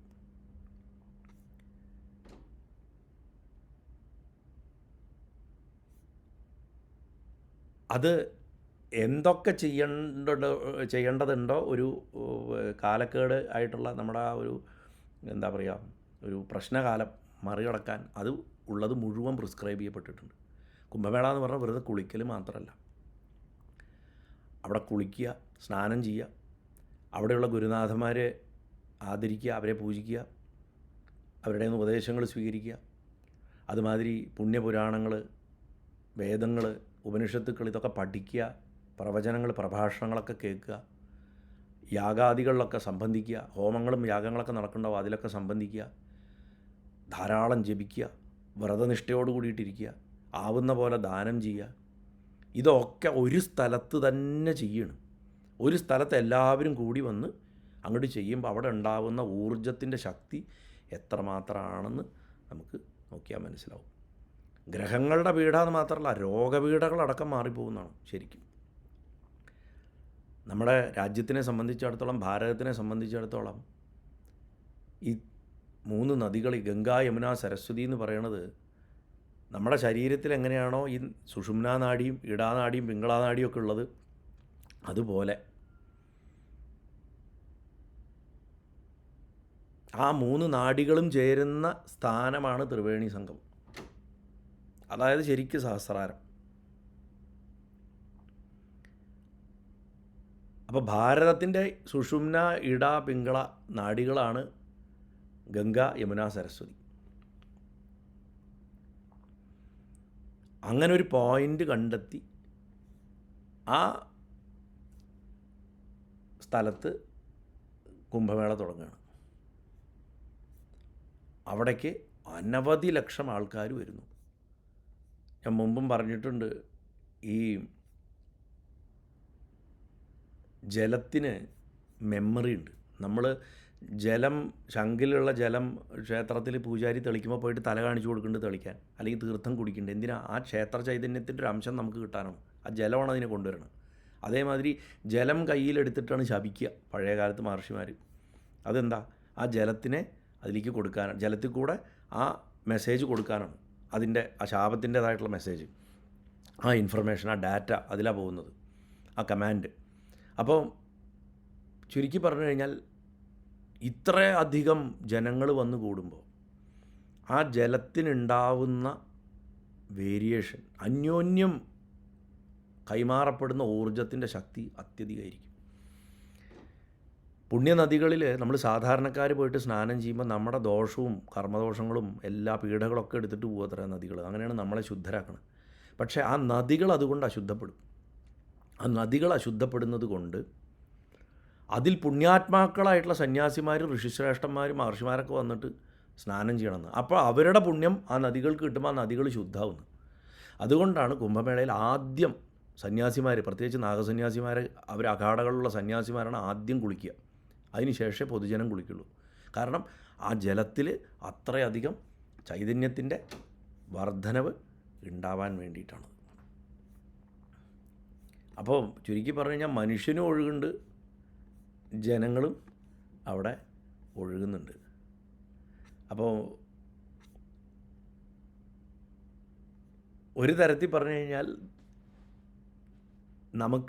നമ്മളൊക്കെ ജനിക്കണേനൊക്കെ എത്രയോ യുഗങ്ങൾക്ക് മുമ്പ് അവിടെ വീണ ആ അമൃതിൻ്റെ ശക്തി ഇന്നും അതാത് സ്ഥലങ്ങളിൽ ഇരിക്കുന്നുണ്ടെന്നുള്ളതാണ്. അതായത് ദേവന്മാർ കഷ്ടപ്പെടുകയും അസുരന്മാർ അത് തട്ടിക്കൊണ്ടുപോവുകയും ചെയ്യുക എന്നുള്ളൊരു അവസ്ഥ വരെ ഉണ്ടായി അതിൽ. പിന്നെ ഭഗവാന്റെ അനുഗ്രഹം കൊണ്ടാണ് തിരിച്ചു കിട്ടിയത്. വാസ്തവത്തിൽ അന്ന് കണ്ടെടുക്കപ്പെട്ട പാലാഴിയിൽ നിന്ന് കിട്ടിയ അമൃതിനെ നമുക്കായിട്ട് തിരിച്ചു കൊണ്ടുവരുന്ന ഒരു ക്രിയയാണ് വാസ്തവത്തിൽ ഈ അഖാഡകളുടെയൊക്കെ നേതൃത്വത്തിൽ പ്രയാഗത്തിൽ നടക്കുന്ന ഈ കുംഭമേള എന്ന് പറയുന്നത്. ആ അന്ന് നഷ്ടപ്പെട്ടു പോയ അമൃതിനെ നമുക്ക് തിരിച്ചു കിട്ടുകയാണ് ശരിക്ക്. അതുകൊണ്ട് ഇതൊരു വലിയ അവസരമാണ് നമ്മളെ സംബന്ധിച്ചിടത്തോളം. ഇതൊക്കെ തിരിച്ചു കിട്ടാൻ, അല്ലെങ്കിൽ ആ നഷ്ടപ്പെട്ടു പോയിട്ടുള്ള അറിവിനെയും മുക്തിയെയും തേജസ്സിനെയും സൗഖ്യത്തെയും ഒക്കെ വീണ്ടെടുക്കാനുള്ള ഒരു അവസരമാണ് കുംഭമേള എന്ന് പറയുന്നത്. പ്രധാനമായിട്ടും പാപങ്ങൾ കഴുകിക്കളയുക എന്നുള്ളത് തന്നെയാണ് കുംഭമേളയുടെ ഏറ്റവും പ്രധാനപ്പെട്ട ആത്മശുദ്ധിയാണ്. അതിന് വേണ്ടിയിട്ട് നമ്മൾ പ്രതീകാത്മകമായിട്ട് സ്നാനം ചെയ്യണം. രണ്ടാമത്തെ പ്രധാന ലക്ഷ്യം അഥവാ അതിൻ്റെ അനുഗ്രഹം എന്ന് പറയുന്നത് മുക്തി കിട്ടുക എന്നുള്ളതാണ്. കാരണം ഒരു ഹിന്ദുവിനെ സംബന്ധിച്ചിടത്തോളം മുക്തിയാണ് ഏറ്റവും പ്രധാനപ്പെട്ട കാര്യം. ഈ ജനനമരണ ചക്രത്തിലേക്ക് തിരിച്ചു വരാതിരിക്കുക. മുക്തി എന്ന് പറഞ്ഞാൽ മരിച്ചു പോകുക എന്നല്ല അർത്ഥം. ഈ ജീവിതത്തിൽ ഇരിക്കുമ്പോൾ തന്നെ ഒന്നിനോടും ബന്ധം വയ്ക്കാതെ ചെയ്യേണ്ട ധർമ്മമൊക്കെ കൃത്യമായിട്ട് ചെയ്ത് കർമ്മങ്ങളൊക്കെ അവസാനിപ്പിച്ച് ഞാൻ ബ്രഹ്മസ്വരൂപമാണെന്ന് തിരിച്ചറിഞ്ഞ് ആ ഭഗവാനിലെ ഗുരുവായൂരപ്പൻ്റെ ലയിക്കുക. അല്ലെങ്കിൽ നമ്മുടെ ആ ബ്രഹ്മത്തിൽ ഏതാ നമ്മുടെ ഇഷ്ടമൂർത്തി ഏതാ, മഹാദേവനോ അമ്മയോ ആരോ ആവട്ടെ, ആത്യന്തികമായിട്ട് നമ്മൾ ആ ബ്രഹ്മസ്വരൂപത്തെ തിരിച്ചറിയുക എന്നുള്ളതാണ്. ആ ഒരു ആഗ്രഹം വെച്ചിട്ടാണ് ഈ വിദ്യാഭ്യാസം ഇല്ലാത്ത സാധാരണ ഗ്രാമീണർ വരെ ഭാരതത്തിൻ്റെ എത്രയോ ഭാഗങ്ങളിൽ നിന്ന് കുട്ടികളെയും മക്കളെയും അമ്മമാരെയും ഒക്കെ കൊണ്ട് ഒരു വട്ടം വന്ന് സ്നാനം ചെയ്യാനായിട്ട് പ്രാചീന കാലം തൊട്ടിട്ട് ഈ പുണ്യസ്ഥലങ്ങളിലേക്കൊക്കെ എഴുന്നള്ളിയിരുന്നു കുംഭമേളയ്ക്ക്. നമ്മൾ മലയാളികൾക്ക് മാത്രമാണ് ഇതിനോടൊക്കെ പുച്ഛം. നമ്മൾ ഈ പർവ്വതത്തിൻ്റെ ഇപ്പുറത്ത് പൊട്ടക്കിണറ്റിലെ തവളകളെ മാതിരി കിടന്നിരുന്നുകൊണ്ട് രാജ്യത്തിൻ്റെ പ്രധാന ഭാഗമായിട്ട് യാതൊരു ബന്ധവും ഉണ്ടായിരുന്നില്ല. അതിൻ്റെ അനവധി കുഴപ്പങ്ങൾ ഇന്നും ഉണ്ട് കേരളത്തിന്. കമ്മ്യൂണിക്കേഷനും മറ്റുമൊക്കെ ഇത്രയും വളർന്നു എന്നുണ്ടെങ്കിലും അടിസ്ഥാന സ്വഭാവം പരിഹാസമാണ് നമ്മുടെ. അപ്പം നമുക്കിതിൻ്റെ ഒന്നും വാല്യൂ അറിയാനോ ഒന്നും, ഇവിടെ ആചാര്യന്മാരൊക്കെ ഉണ്ടായിരുന്നു, മഹർഷിമാരുണ്ടായിരുന്നു എന്നൊക്കെ പറയാമെന്നല്ലാതെ നമ്മുടെ ആക്ച്വൽ സ്വത്വത്തിൽ നിന്ന് വളരെ അപൂർവമാണ്. പിന്നെ ഇതിൻ്റെ മറുവശം എന്താണെന്ന് വെച്ചാൽ, ഇത്തരം ആധ്യാത്മികമായിട്ടുള്ള വിഷയങ്ങൾ ചർച്ച ചെയ്യുകയും അല്ലെങ്കിൽ അതിനെ കൊണ്ട് നടക്കുകയും ചെയ്യുന്നവർക്ക് ഒരു 99% പേർക്കും, ഞാനൊരു സാധാരണക്കാരൻ്റെ കണ്ണിൽ കൂടെ പറയണത്, ഞാൻ കണ്ടിട്ടുള്ള എൻ്റെ കുട്ടിക്കാലം തൊട്ട് ഞാൻ കണ്ടിട്ട് വളരെ സങ്കടത്തോടെ നോക്കി എന്നുള്ളൊരു കാര്യം, ആധ്യാത്മികമായിട്ട് ഉയർന്ന് നടക്കണു എന്ന് പറയുന്ന പല ആൾക്കാർക്കും സാധാരണക്കാരോട് പരമപുച്ഛമാണ്. ചോദിച്ചാൽ പോലും കൃത്യമായിട്ട് കാര്യങ്ങൾ പറഞ്ഞു തരില്ല. അതുകൊണ്ടാണ് നമ്മുടെ അവിടെ ഒരു ആധ്യാത്മികമായിട്ടൊരു ഉണർവ് ഒരിക്കലും വരാത്തത്. കാരണം ഇതിനെക്കുറിച്ച് ഒരു ബോധമില്ലാത്തവന് ആധ്യാത്മിക വിഷയങ്ങളോട് പുച്ഛം, ആധ്യാത്മിക വിഷയങ്ങൾ കുറച്ചെങ്കിലും പഠിച്ച് ഒന്ന് നേരായിട്ട് വരണ ഒരുത്തന് ഇതൊന്നും അറിയാത്ത ആൾക്കാരോട് പുച്ഛം. എങ്ങനെ നോക്കിക്കഴിഞ്ഞാലും കേരളത്തിൽ കാണുന്നത് പുച്ഛം മാത്രമാണ് പലപ്പോഴും. എല്ലാറ്റിനോടൊരു പരിഹാസഭാവമാണ്. അപ്പം അതുകൊണ്ട് തന്നെ ഇവിടെ ഒരു സ്പിരിച്വൽ അവേക്കനിങ് ഉണ്ടാവുന്നില്ല. പണ്ട് മാമാങ്കം നടന്നിരുന്നു എന്ന് പറയാം. ആ മാമാങ്കത്തിൻ്റെ യഥാർത്ഥ ഉദ്ദേശം ഇതായിരുന്നു, ഈ പുണ്യസ്നാനമായിരുന്നു. പക്ഷേ അത് അവസാനം അധികാരത്തിനുള്ള വടംവലിയും ആളെ വെട്ടിക്കൊല്ലണയിലേക്കും എത്തിച്ച പാരമ്പര്യമാണ് നമ്മുടെ.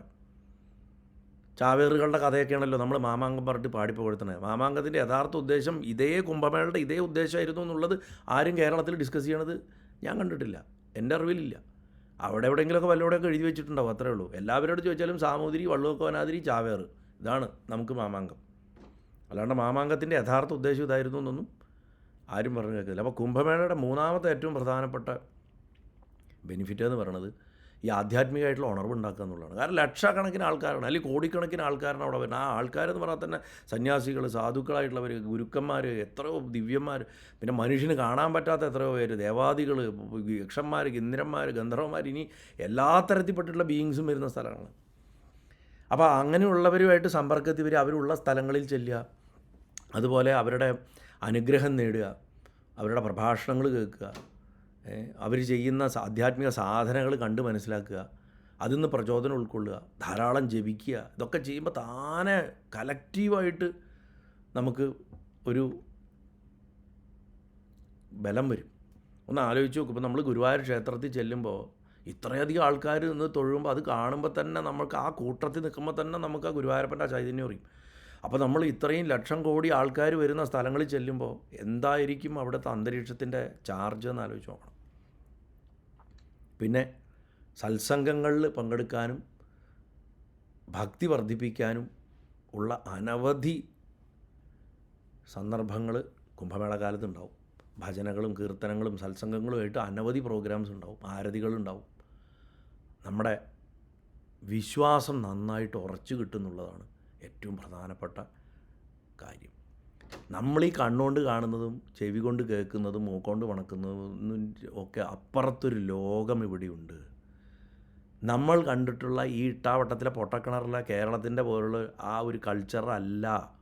നമ്മളെന്തും പുച്ഛത്തോടെ കാണുന്നവരാണ്. നമുക്ക് അറിവുണ്ട്, കഴിവുണ്ട്, ലോകത്ത് എവിടെ ചെന്നാലും അഡാപ്റ്റ് ആവാനുള്ള കഴിവുള്ളവരാണ് നമ്മൾ മലയാളികൾ. പക്ഷേ നമ്മുടെ ഈ പരിഹാസഭാവം, ഞാൻ കാണാത്തത് എനിക്ക് വിശ്വാസമില്ല, എനിക്കറിയാത്ത കാര്യം മറ്റുള്ളവർ ആര് പറഞ്ഞാലും അതൊക്കെ മണ്ടത്തരാണ്, ഇങ്ങനെ പറയുന്ന ഇത്രയും വിഡ്ഢിത്തരം പിടിച്ചിട്ടുള്ളൊരു വിഭാഗത്തിന് വേറെ കാണില്ല. അതായത് കനിഞ്ഞനുഗ്രഹിച്ചു കൊടുത്തിരിക്കുന്നു പ്രകൃതി, നല്ല ബുദ്ധിയും കൊടുത്തിട്ടുണ്ട്.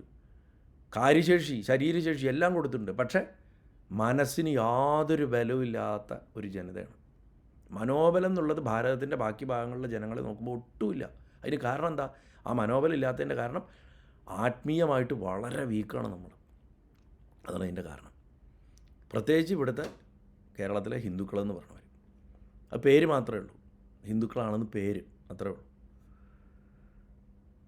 അപ്പോൾ ആ കുംഭത്തിൽ ഇങ്ങനെ 5 പ്രധാനപ്പെട്ട കാര്യങ്ങളാണ്. പാപങ്ങൾ കഴുകിക്കളഞ്ഞ്, കർമ്മദോഷം മാറ്റിക്കളഞ്ഞ്, ആത്മാവിനെ ശുദ്ധീകരിക്കുക, മോക്ഷത്തിനായിട്ട് യത്നിക്കുക, ആധ്യാത്മികമായിട്ട് ഉണരുക, സത്സംഗങ്ങൾ പങ്കെടുത്ത് ഭക്തി വർദ്ധിപ്പിക്കുക, വിശ്വാസത്തിനെ അരക്കിട്ട് ഉറപ്പിക്കുക. ഇത്രയും ലക്ഷ്യങ്ങളാണ് കുംഭമേളയ്ക്കുള്ളത്. കുംഭമേളയ്ക്ക് പങ്കെടുക്കുന്നവർ ധ്യാനിച്ചും വ്രതങ്ങളെടുത്തിട്ടും ആത്മശക്തി വർദ്ധിപ്പിച്ചിട്ട് വേണത്ര കുംഭമേളയുടെ സ്ഥലത്തേക്ക് ചെല്ലാൻ.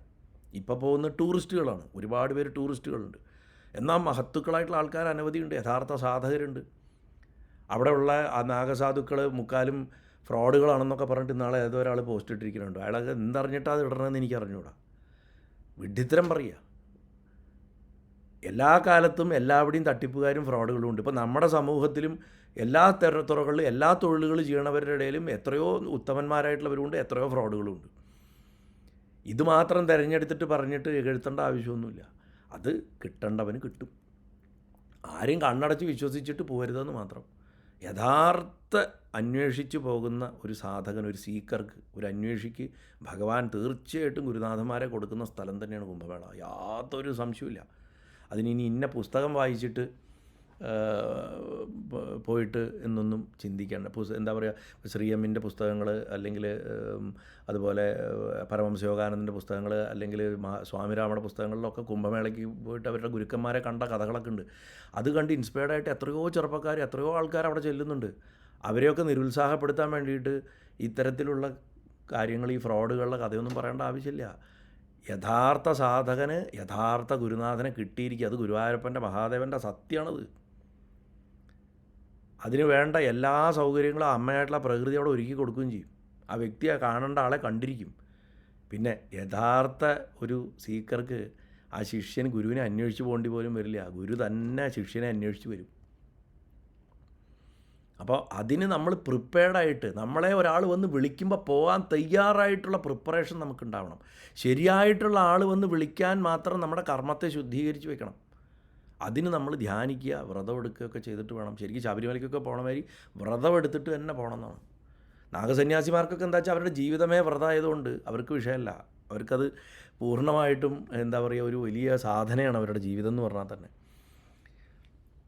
അതേപോലെ തന്നെ അവിടെ എത്തിക്കഴിഞ്ഞാൽ ധാരാളം പ്രഭാഷണങ്ങളും സത്സംഗങ്ങളും കാണുക, അത് കേൾക്കുക. വെറുതെ കുറേ ഗംഗാരതി പോലുള്ള കുറേ വിഷ്വൽ ബ്യൂട്ടിയുള്ള, അല്ലെങ്കിൽ എന്താ പറയുക, അവിടുത്തെ കുറേ വിഷ്വൽ പ്രകടനങ്ങൾ. ഇപ്പോൾ പലരും ഫാൻസി ഡ്രസ്സൊക്കെ കെട്ടിയിട്ടും പലതും ചെയ്യണവരുണ്ടാവും, സിദ്ധികൾ കാണിക്കുന്ന സന്യാസിമാരുണ്ട്. അതൊക്കെ കാണാം. അതിനൊക്കെ കൂടി തന്നെ. അതുകൊണ്ടാണല്ലോ അതിനെ മേള എന്ന് പറയണത്. മേളനം എന്നുള്ള അർത്ഥത്തിൽ അതിലൊരു എൻജോയ്മെൻറ്റ്, ഒരു ഫണ്ണ് കൂടിയുണ്ട്. പക്ഷേ അതിലൊക്കെ ഉപരിയായിട്ട് നമുക്ക് മോക്ഷമാർഗത്തിലേക്കുള്ള ഒരു വലിയ ഓപ്പർച്യൂണിറ്റിയാണെന്നുള്ള രീതിയിൽ വേണം നമ്മളതിനെ നോക്കിക്കാണാനായിട്ട്. അതുകൊണ്ട് അതിൻ്റെ ആധ്യാത്മികമായിട്ടുള്ള വശത്തെക്കുറിച്ച് നന്നായി മനസ്സിലാക്കിയതിന് ശേഷം മാത്രമേ എൻ്റെ അഭിപ്രായത്തിൽ ഈ കുംഭമേളയെ സമീപിക്കാൻ പാടുള്ളൂ. പിന്നെ പലരും ഒരുപാട് ചോദിച്ചിട്ടുള്ള ഒരു ചോദ്യം ഈ കുംഭമേളയായിട്ട് ബന്ധപ്പെട്ടിട്ട് ഈ നാഗസാധുക്കൾ ആരാണെന്നാണ്. നാഗസാധുക്കൾ ശരിക്കും വളരെ തീവ്രമായിട്ടുള്ള ഉപാസനയും ചിട്ടയുള്ള ഒരു സന്യാസ വിഭാഗമാണ്. അവരുടെ പരമഗുരു അഥവാ അവരെ അത് തുടങ്ങി വെച്ചത് സാക്ഷാൽ ദത്താത്രേയനാണ്. ആ ദത്താത്രേയ മഹർഷിയുടെ തൃപ്പാദങ്ങൾ എല്ലാവരും മനസ്സുകൊണ്ട് സാഷ്ടാംഗം നമസ്കരിക്കുക. അത്രി മഹർഷിയുടെ അനസൂയാദേവിയുടെയും പുത്രന്മാരായിട്ട് ത്രിമൂർത്തികൾ ജനിച്ചപ്പോൾ മഹാവിഷ്ണുവിൻ്റെ അംശം അധികരിച്ചും ശിവൻ്റെയും ബ്രഹ്മദേവൻ്റെയും അംശങ്ങളോട് കൂടിയിട്ടും ജനിച്ചിട്ടുള്ള ആളാണ് ദത്താത്രേയൻ. ഇടയിൽ ചെറിയൊരു ഡിസ്റ്റർബൻസ് വന്നു. അപ്പം ദത്താത്രേയ മഹർഷിയാണ് ഇത് തുടങ്ങി വെച്ചത്. ആ തുടങ്ങി വെച്ച ദത്താത്രേയ മഹർഷിയുടെ പാരമ്പര്യം എന്ന് പറഞ്ഞാൽ അത്രയും വലിയൊരു പാരമ്പര്യമാണ്. അദ്ദേഹത്തിൻ്റെ ശിഷ്യനാണ് പരശുരാമൻ. ദത്താത്രേയൻ വഴിയാണ് തന്ത്രം ഇവിടെ പ്രചരിച്ചത്. ത്രിപുരാരഹസ്യവും പരശുരാമകൽപ്പസൂത്രം എന്ന് പറഞ്ഞിട്ട് തിയറിയും പ്രാക്ടിക്കലുമായിട്ട് നിൽക്കുന്ന തന്ത്രത്തിൻ്റെ ആ വൃക്ഷം ദത്താത്രേയൻ എന്നാണ് തുടങ്ങുന്നത്. അമ്മയെ ആരാധിക്കുക എന്നുള്ളതിൻ്റെ മൂലഗ്രന്ഥങ്ങൾ, അഥവാ എന്താ പറയുക, ഏറ്റവും വലിയ ശ്രീവിദ്യാസമ്പ്രദായത്തിൻ്റെ ഏറ്റവും പ്രധാനപ്പെട്ടിട്ടുള്ള ആ ഒരു സമ്പ്രദായത്തിൻ്റെ ശാഖ ഉണ്ടായി വരുന്നത് ദത്താത്രേയ മഹർഷി എന്നാണ്. പിന്നെ നൂറ്റാണ്ടുകൾക്ക് ശേഷം ശങ്കരാചാര്യസ്വാമികൾ നാഗസാധുക്കളെ സനാതനധർമ്മത്തിനെ രക്ഷിക്കാനായിട്ട് ചുമതലയേൽപ്പിച്ച് അവരെ ഓർഗനൈസ് ചെയ്തു. അപ്പം നാഗസാധുക്കളെന്ന് പറഞ്ഞു കഴിഞ്ഞാൽ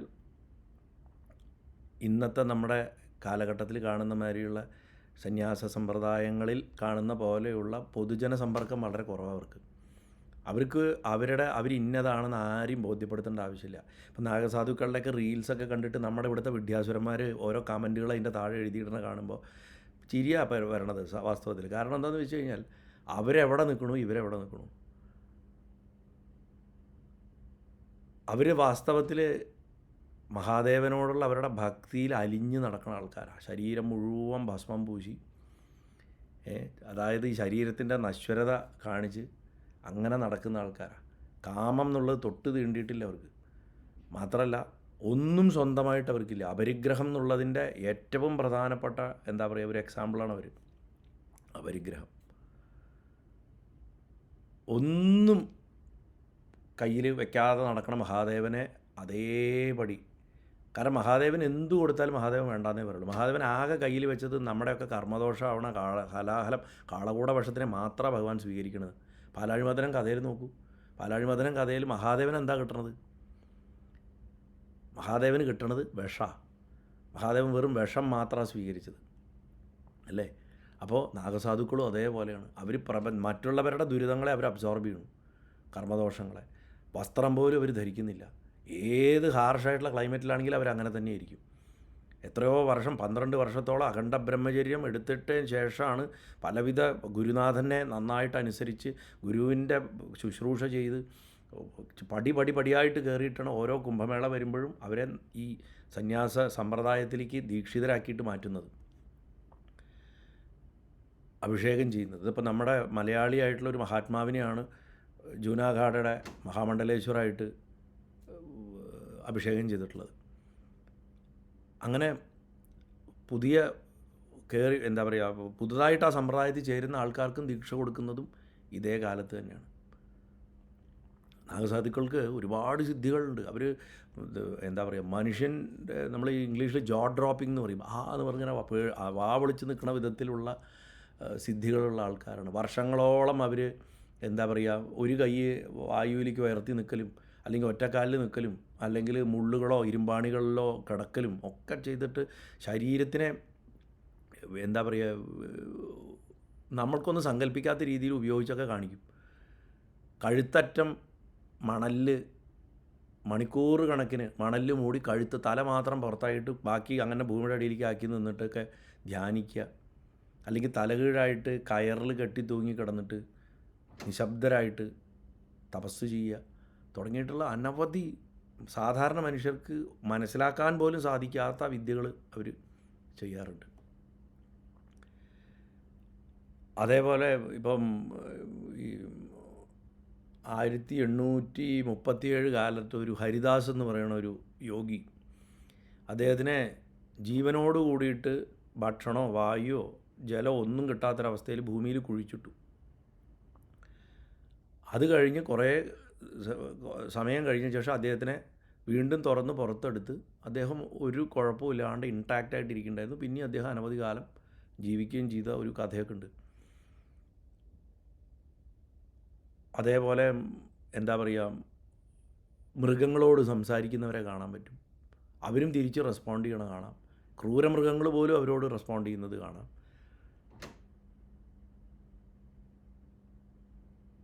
ശ്രീരാമകൃഷ്ണദേവന് വേദാന്തത്തിൽ ദീക്ഷ കൊടുക്കാൻ പറഞ്ഞ ജാതവേദ തോട്ടാപുരിയുടെ കഥയൊക്കെ വായിക്കേണ്ടതാണ്. അതേപോലെ എന്താ പറയുക, ജ്ഞാനേശ്വരൻ്റെ കഥയിലുണ്ട് ഒരു യോഗി, അദ്ദേഹത്തിൻ്റെ പേരെനിക്ക് പെട്ടെന്ന് കിട്ടുന്നില്ല. പുലിപ്പുറത്താണ് അദ്ദേഹം സഞ്ചരിക്കണേ തന്നെ, നമ്മുടെ സ്വാമിയെ പോലെ, അയ്യപ്പസ്വാമിയെ പോലെ. അപ്പോൾ തപസ്സിൻ്റെ പാരമ്യതയിൽ പല സിദ്ധികളും അവർക്ക് കിട്ടിയിട്ടുണ്ടാവും. 22 വർഷം ഒരു റോഡിൻ്റെ ഒരു പർട്ടിക്കുലർ ഭാഗത്ത് ഇരുന്ന തപസ് ചെയ്തൊരു ഒരു ഒരു ഒരു വഴി, റോഡ്, ഒരു പ്രോപ്പർ റോഡിൻ്റെ ഇരുന്നൊരു സന്യാസിയെക്കുറിച്ച് വായിച്ചിട്ടുണ്ട്. ഇവരൊക്കെ ഈ സമ്പ്രദായത്തിൽപ്പെട്ടിട്ടുള്ള ആൾക്കാരായിരുന്നു. അതുപോലെ 17 വർഷം നിന്ന് തപസ് ചെയ്ത ഒരാൾ, 17 വർഷം, മോജഗിരി സ്വാമി. അദ്ദേഹം 70കളുടെ തുടക്കത്തിലായിട്ടാണ് മരിച്ചു പോയത്. മീൻസ് സമാധിയായത്, മരിച്ചു എന്ന് പറയാൻ പാടില്ല, സമാധിയായത്. അദ്ദേഹം തപസ് ചെയ്യുന്നത് സ്ഥലം ഇവിടെയാണ്, UP തന്നെ, ഷാജഹാൻപൂർ എന്ന് പറഞ്ഞ സ്ഥലത്തായിരുന്നു. അദ്ദേഹം ഉറങ്ങുമ്പോൾ മാത്രം പുറകിൽ ഒരു മറ്റേ വലിയൊരു മരത്തിൻ്റെ ഒരു പലക ചാരി വെച്ച് കൊടുക്കും ശിഷ്യന്മാർ. നിന്നിട്ടാണ് ഒന്ന് ചാരിയിട്ടാണ് ഉറങ്ങുക. പക്ഷേ അല്ലാത്ത സമയത്ത് മുഴുവൻ അദ്ദേഹം ഈ ധ്യാനത്തിലും തപസ്സിലും ആ നിന്ന നിൽപ്പിലാണ്. അതുപോലെ അനങ്ങാതെ 18 മണിക്കൂർ ഓളം നിന്ന ഒരു സന്യാസിയെക്കുറിച്ച് കേട്ടിട്ടുണ്ട്. പക്ഷെ ഇതൊക്കെ സിദ്ധികളുടെ പ്രകടനങ്ങളാണ്. ഞാൻ പറഞ്ഞതെന്താ വെച്ചാൽ നാഗസന്യാസിമാരുടെ എല്ലാം വൈചിത്ര്യമാണ്. അവരിൽ തന്നെ ഈ ഇങ്ങനെ പുറമേക്കൊന്നും ഒരു സിദ്ധിയും കാണിക്കാത്ത വളരെ ഉയർന്ന ആത്മാക്കൾ അനവധി പേര് ഉണ്ട് താനും. നമ്മൾ സാധാരണ ഒരു പൊതുസമൂഹം ഇങ്ങനെയാണ് എന്ന്, ഇങ്ങനെയൊക്കെ പാടുള്ളൂ എന്ന് നമ്മൾ സുഖസൗകര്യങ്ങളെ അല്ലെങ്കിൽ ദുഃഖത്തിനെ ഒക്കെ നിർവഹിച്ചിട്ടുണ്ട്. അതിനൊക്കെ അപ്പുറത്താണ് അവരുടെ ജീവിത രീതി എന്ന് പറയുന്നത്. നമുക്കത് മനസ്സിലാക്കാൻ വളരെ ബുദ്ധിമുട്ടാണ്. ഞാനിപ്പോൾ ചുരുക്കത്തിലാണ് നാഗസന്യാസിമാരെ കുറിച്ച് പറഞ്ഞത്. അങ്ങനെ വിസ്തരിച്ചിട്ടൊന്നും ഞാൻ പറഞ്ഞില്ല. സത്യം പറഞ്ഞു കഴിഞ്ഞാൽ എന്താ പറയുക, അതിനുള്ള അതൊന്നും എത്ര പറഞ്ഞാലും തീരില്ല എന്നുള്ളതാണ് അതിലത്തെ ഏറ്റവും പ്രധാനപ്പെട്ട കാര്യം. അപ്പോൾ ഈ പ്രയാഗിലത്തെ ഈ തവണത്തെ പ്രയാഗ്രാജിലത്തെ ഈ കുംഭമേളയിലെ പ്രധാനപ്പെട്ട ദിവസങ്ങളെന്ന് പറയുന്നത്, ഇപ്പോൾ അത് തുടങ്ങിയത് ജനുവരി 13-നായിരുന്നു 2025. അന്ന് പൗഷമാസത്തിലെ പൂർണിമയാണ്. പൗഷപൂർണിമയ്ക്കാണ് തുടങ്ങുന്നത്. അന്നാണ് ഔദ്യോഗികമായിട്ട് കുംഭമേള തുടങ്ങിയത്. ആദ്യത്തെ ദിവസം രാവിലെ പുലർച്ചെ 3 മണിക്ക് സ്നാനം ചെയ്തിട്ടാണ് ആരംഭിച്ചത്. പിന്നെ ജനുവരി 14, അതിൻ്റെ തൊട്ട് പിറ്റേ ദിവസം നമ്മുടെ അവിടെ മകരവിളക്കിൻ്റെ അന്ന് മകരസംക്രാന്തി ആയിരുന്നു. അതാണ് ഒന്നാമത്തെ ഷാഹി സ്നാനം എന്ന് പറയും. ആ ഷാഹി സ്നാനം എന്ന് പറഞ്ഞാൽ ഷാഹിച്ച രാജകീയം, അതാണ് രാജകീയ കുളി. അത് സന്യാസിമാർ വന്ന് കുളിക്കുന്നതിനെയാണ് അല്ലെങ്കിൽ അവരോടൊപ്പം നമ്മൾ കുളിക്കുന്നതിനാണ് ഷാഹി സ്നാനം എന്ന് പറഞ്ഞാൽ. റോയൽ ബാത്താണ് ശരിക്കും പറഞ്ഞു കഴിഞ്ഞാൽ. അതാണ് ഒരു പ്രധാന കുളി സ്നാനം വരുന്നത്. പിന്നെ അത് കഴിഞ്ഞാൽ ജനുവരി 29, ഇപ്പം നാളെ, ഞാനിപ്പോൾ 28-ാം തീയതിയാണ് ഇത് റെക്കോർഡ് ചെയ്യുന്നത്. ജനുവരി 29-ന് മൗനി അമാവാസിയാണ് നാളെ. ആ മൗനി അമാവാസിക്കാണ് രണ്ടാമത്തെ റോയൽ കുളി, അതായത് ഷാഹി സ്നാനം എന്ന് പറയുന്നത്. അത് വളരെ വിശേഷപ്പെട്ടതാണ്. കാരണം എന്താ വെച്ചാൽ നമ്മുടെ സകല കർമ്മദോഷങ്ങളും അലിഞ്ഞു പോകുന്നതാണ് നാളത്തെ ആ മൗനി അമാവാസിക്ക് വരുന്ന രണ്ടാമത്തെ ഷാഹി സ്നാനത്തിൻ്റെ വൈശിഷ്ട്യം. അത് കഴിഞ്ഞാൽ പിന്നെ വസന്തപഞ്ചമിക്ക് ഈ വർഷം ഫെബ്രുവരി 3-ാം തീയതി അത് വരും. അത് മൂന്നാമത്തെ ഷാഹി സ്നാനമാണ്.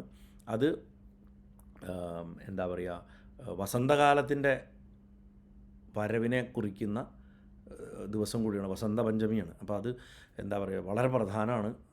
ഇപ്പോൾ മൂകാംബികയിലൊക്കെ വസന്തോത്സവമൊക്കെ നടക്കണം, അമ്മയ്ക്കൊക്കെ വസന്തകാല നവരാത്രിയൊക്കെ വരുന്നത് ആ സമയത്താണ്. അത് കഴിഞ്ഞാൽ ഫെബ്രുവരി 12-ാം തീയതി മാഘമാസത്തിലെ പൂർണിമയാണ്. അത് വളരെ വിശേഷപ്പെട്ടൊരു ദിവസമാണ്. അന്ന് ആധ്യാത്മികമായിട്ടൊരു പുതിയ ഉണർവുണ്ടാകുമെന്നാണ് പറയുക അന്നത്തെ ദിവസത്തെ കുളി കൊണ്ട്. അത് കഴിഞ്ഞ് ഫെബ്രുവരി 26-ാം തീയതി മഹാശിവരാത്രിയുടെ അന്ന് കുംഭമേള പ്രധാനപ്പെട്ട സ്നാനങ്ങളോട് കൂടിയിട്ട് അവസാനിക്കും. ഇതൊക്കെയാണ് പ്രധാനമായിട്ട്. അപ്പോൾ ഇത്രയും ദിവസങ്ങളും അവിടെ താമസിച്ച് ഇതിലെല്ലാം ഈ ഞാൻ നേരത്തെ പറഞ്ഞ അനവധി ആക്ടിവിറ്റികളുണ്ട് ഈ കുംഭമേളയുടെ ഇടയിൽ. ഷാഹി സ്നാനമാണ് ഇതിലെ ഏറ്റവും പ്രധാനപ്പെട്ട ആക്ടിവിറ്റി. അത് പ്രധാനപ്പെട്ട ഈ സന്യാസിമാരും ആധ്യാത്മിക നേതാക്കളും ഒക്കെ, അത് ഗുരുക്കന്മാരൊക്കെ ഈ പഴയ കാലത്ത് കേരളത്തിലെ നദികളിലും ഒക്കെ ഇത് ആൾക്കാർ ചെയ്തിരുന്നു. അതുകൊണ്ട് സത്യസന്ധമായിട്ട് പറഞ്ഞു കഴിഞ്ഞാൽ നമ്മളിപ്പോൾ പ്രയാഗ്രാജിൽ പോയിട്ട് ഈ കുംഭമേളയിൽ പങ്കെടുക്കാൻ സാധിക്കാത്ത ആൾക്കാർക്ക് നമ്മുടെ നാട്ടിലെ നദികളിലും അതാത് ഈ പറഞ്ഞ ദിവസങ്ങളിൽ സ്നാനം ചെയ്യുന്നത് വളരെ വിശേഷമാണ്. കാരണം സകല നദികളിലും ഗംഗയുടെ സാന്നിധ്യം ഉണ്ടാവും. അത് യാതൊരു സംശയവുമില്ല. ഈ സിസ്റ്റമൊക്കെ റിവൈവ് ചെയ്ത് കൊണ്ടുവരേണ്ടതാണ് നമ്മുടെ നാട്ടിലും. എല്ലാവർക്കും ഇപ്പോൾ വണ്ടി പിടിച്ചിട്ട് പ്രയാഗ്രാജിൽ പോകാൻ പറ്റില്ലല്ലോ. ഇനി അതും സാധിച്ചില്ലെങ്കിൽ വീടുകളിലേക്ക് അതാത് നദികൾ, അടുത്തുള്ള നദികളിൽ നിന്ന് തീർത്ഥമെങ്കിലും കൊണ്ടുവന്നിട്ട് വയസ്സായിട്ടുള്ള ആൾക്കാർക്കൊക്കെ അവർക്ക് സ്നാനം ചെയ്യാനുള്ള ഒരു സൗകര്യം കൊടുക്കുക. കുറച്ചെടുത്തിട്ട് വന്നാൽ മതി, അല്പം ശിരസിൽ ഒഴിച്ചാൽ മതിയല്ലോ. ഒരു ഗ്ലാസ്സിൽ കൊണ്ടുവന്നാൽ പോലും, ഒരു ടംബ്ലറിൽ കൊണ്ടുവന്നാൽ പോലും മതിയല്ലേ. ഇനി അതും പറ്റാത്ത ആൾക്കാർ, ഇപ്പോൾ നമ്മൾ അവിടെ പ്രയാഗ്രാജിലൊക്കെ നമുക്കിപ്പോൾ പോകാൻ സാധിച്ചു എന്ന് വിചാരിക്കുക. അങ്ങനെ പോകുമ്പോൾ അവരവരുടെ കുടുംബങ്ങളിലുള്ളവർ പോകുന്നവരോ അല്ലെങ്കിൽ സുഹൃത്തുക്കളോ പോകുന്നവർ അവിടെ എത്തിച്ചേരാൻ പറ്റാത്തവർക്ക് വേണ്ടിയിട്ട്, അവർക്കും കൂടി വേണ്ടിയിട്ടാണ് ഞാൻ സ്നാനം ചെയ്യണമെന്ന് പറഞ്ഞിട്ട് സ്നാനം ചെയ്ത് കഴിഞ്ഞാൽ അതിൻ്റെ ഫലം നിശ്ചയമായിട്ടും കിട്ടും. പിന്നെ ഇത് കൂടാതെ ഈ ഷാഹി സ്നാനങ്ങൾ, ഈ പ്രധാന ഈ കുളികൾ കൂടാതെ എപ്പോൾ വേണമെങ്കിലും കുളിക്കാം. അങ്ങനത്തെ അത് നമ്മൾ ആചാരപരമായിട്ടുള്ള കുളി, അത് തർപ്പണമൊക്കെ ചെയ്തിട്ട് പ്രധാനപ്പെട്ട ദിവസങ്ങളിലും സമയങ്ങളിലും മുഹൂർത്തങ്ങളിലും ഒക്കെ ശുദ്ധിക്കും മുക്തിക്കും വേണ്ടിയിട്ട് ഈ സ്നാനങ്ങൾ ചെയ്യുന്ന ആ സിസ്റ്റവും അതിൻ്റെ ഭാഗം തന്നെയാണ്. അതുകൂടാണ്ട് സങ്കീർത്തനങ്ങൾ, ഭജനകളിൽ പങ്കെടുക്കുക, പറ്റുന്ന പോലെ എന്താ പറയുക, ധ്യാനിക്കുക, യോഗാഭ്യാസം അറിയണവർ യോഗ ഒക്കെ പ്രാക്ടീസ് ചെയ്യാം. അതുമാതിരി അവിടെയുള്ള ഈ പ്രധാനപ്പെട്ട കാഴ്ചകളെ ഇപ്പോൾ എന്താ പറയുക, അവിടെ അതിൻ്റെ ഇഴുകിച്ചേർന്ന് പങ്കെടുക്കുക എന്നുള്ളതാണ്. അതിൽ ഒരാളായിട്ട് നമ്മൾ ആ കടൽ പോലെയുള്ള ആധ്യാത്മിക കടലിൽ ഒരു തുള്ളിയായിട്ട് നമ്മൾ മാറുക എന്നുള്ള ആ ഒരു എന്താ പറയുക കാര്യമാണ്. അതാണ് നമ്മൾ അച്ചീവ് ചെയ്യേണ്ടതായിരുന്നു. കാരണം എന്താ വെച്ചാൽ ഈ ഒരു ഓർമ്മകളെ പിന്നെ നമ്മൾ എടുത്തിട്ട് പോരുന്നുള്ളൂ. അതിൻ്റെ കാണാൻ പറ്റാത്ത ഇഫക്റ്റുകളൊക്കെ നമ്മുടെ ജീവിതത്തിൽ നമുക്ക് പിന്നീട് അറിയാറുമാവും. കാരണം എന്താ വെച്ചാൽ അത്രയ്ക്കും പ്രധാനപ്പെട്ടിട്ടുള്ള മാറ്റങ്ങൾ നമ്മുടെ ആത്മാവിലും മനസ്സിലും ബുദ്ധിയിലും സംഭവിക്കുന്നുണ്ട്. അപ്പോൾ അത് നമുക്ക് പിന്നീട് അനുഭവം കൊണ്ടേ അത് മനസ്സിലാക്കിയെടുക്കാൻ സാധിക്കുള്ളൂ. അവിടെ ചെല്ലുമ്പോൾ ആൾക്കാർ ഇങ്ങനെ ഉറക്കമില്ലാണ്ട്, കാരണം പലർക്കും ഉറങ്ങാൻ പോലും സ്ഥലം ഉണ്ടാവില്ല. അപ്പോൾ അവിടെയൊക്കെ കീർത്തനങ്ങൾ നടക്കുന്നുണ്ടാവും, ധ്വനികൾ കൂട്ടിയിട്ടുണ്ടാവും, അഗ്നികുണ്ഡങ്ങൾ ഉണ്ടാവും. പിന്നെ ഇതിന് പുറമെ നല്ല സൗകര്യങ്ങളിൽ ലക്ഷറി ആയിട്ടുള്ള ടെൻറ്റുകളും അല്ലാതെയുള്ള അഖാടകളുടെ ടെൻറ്റുകളും ഒക്കെ ഉണ്ടാവും. അതൊരു ലോകമാണ്. ഏതൊക്കെയോ ഭാഷക്കാർ, ഏതൊക്കെയോ രാജ്യക്കാർ, എവിടെ നിന്നൊക്കെയോ വരണം. അതിൽ തട്ടിപ്പുകാരനുണ്ട്, മഹാത്മാക്കളുണ്ട്, എല്ലാവരും ഉണ്ട്. ഭൂമിയുടെ മുഴുവൻ ഒരു റെപ്രസെൻറ്റേഷൻ. സനാതന ധർമ്മം എന്ന് പറഞ്ഞാൽ അതാണ്, അതിൻ്റെ വൈവിധ്യമാണ്. അല്ലാണ്ട് ഇപ്പോഴത്തെ ആൾക്കാർ മനഃപൂർവ്വം ഈ ജാതിഭ്രാന്ത് പിടിച്ചിട്ട്, പണ്ടത്തെ കാലത്ത് ജാതിയുടെ ബുദ്ധിമുട്ട് ഏറ്റവും അനുഭവിച്ചിരുന്നവരാണ് ഇന്നിപ്പോൾ ജാതിഭ്രാന്ത് പിടിച്ചിട്ട് ജാതി പറഞ്ഞുകൊണ്ട് കിടക്കുന്നത്.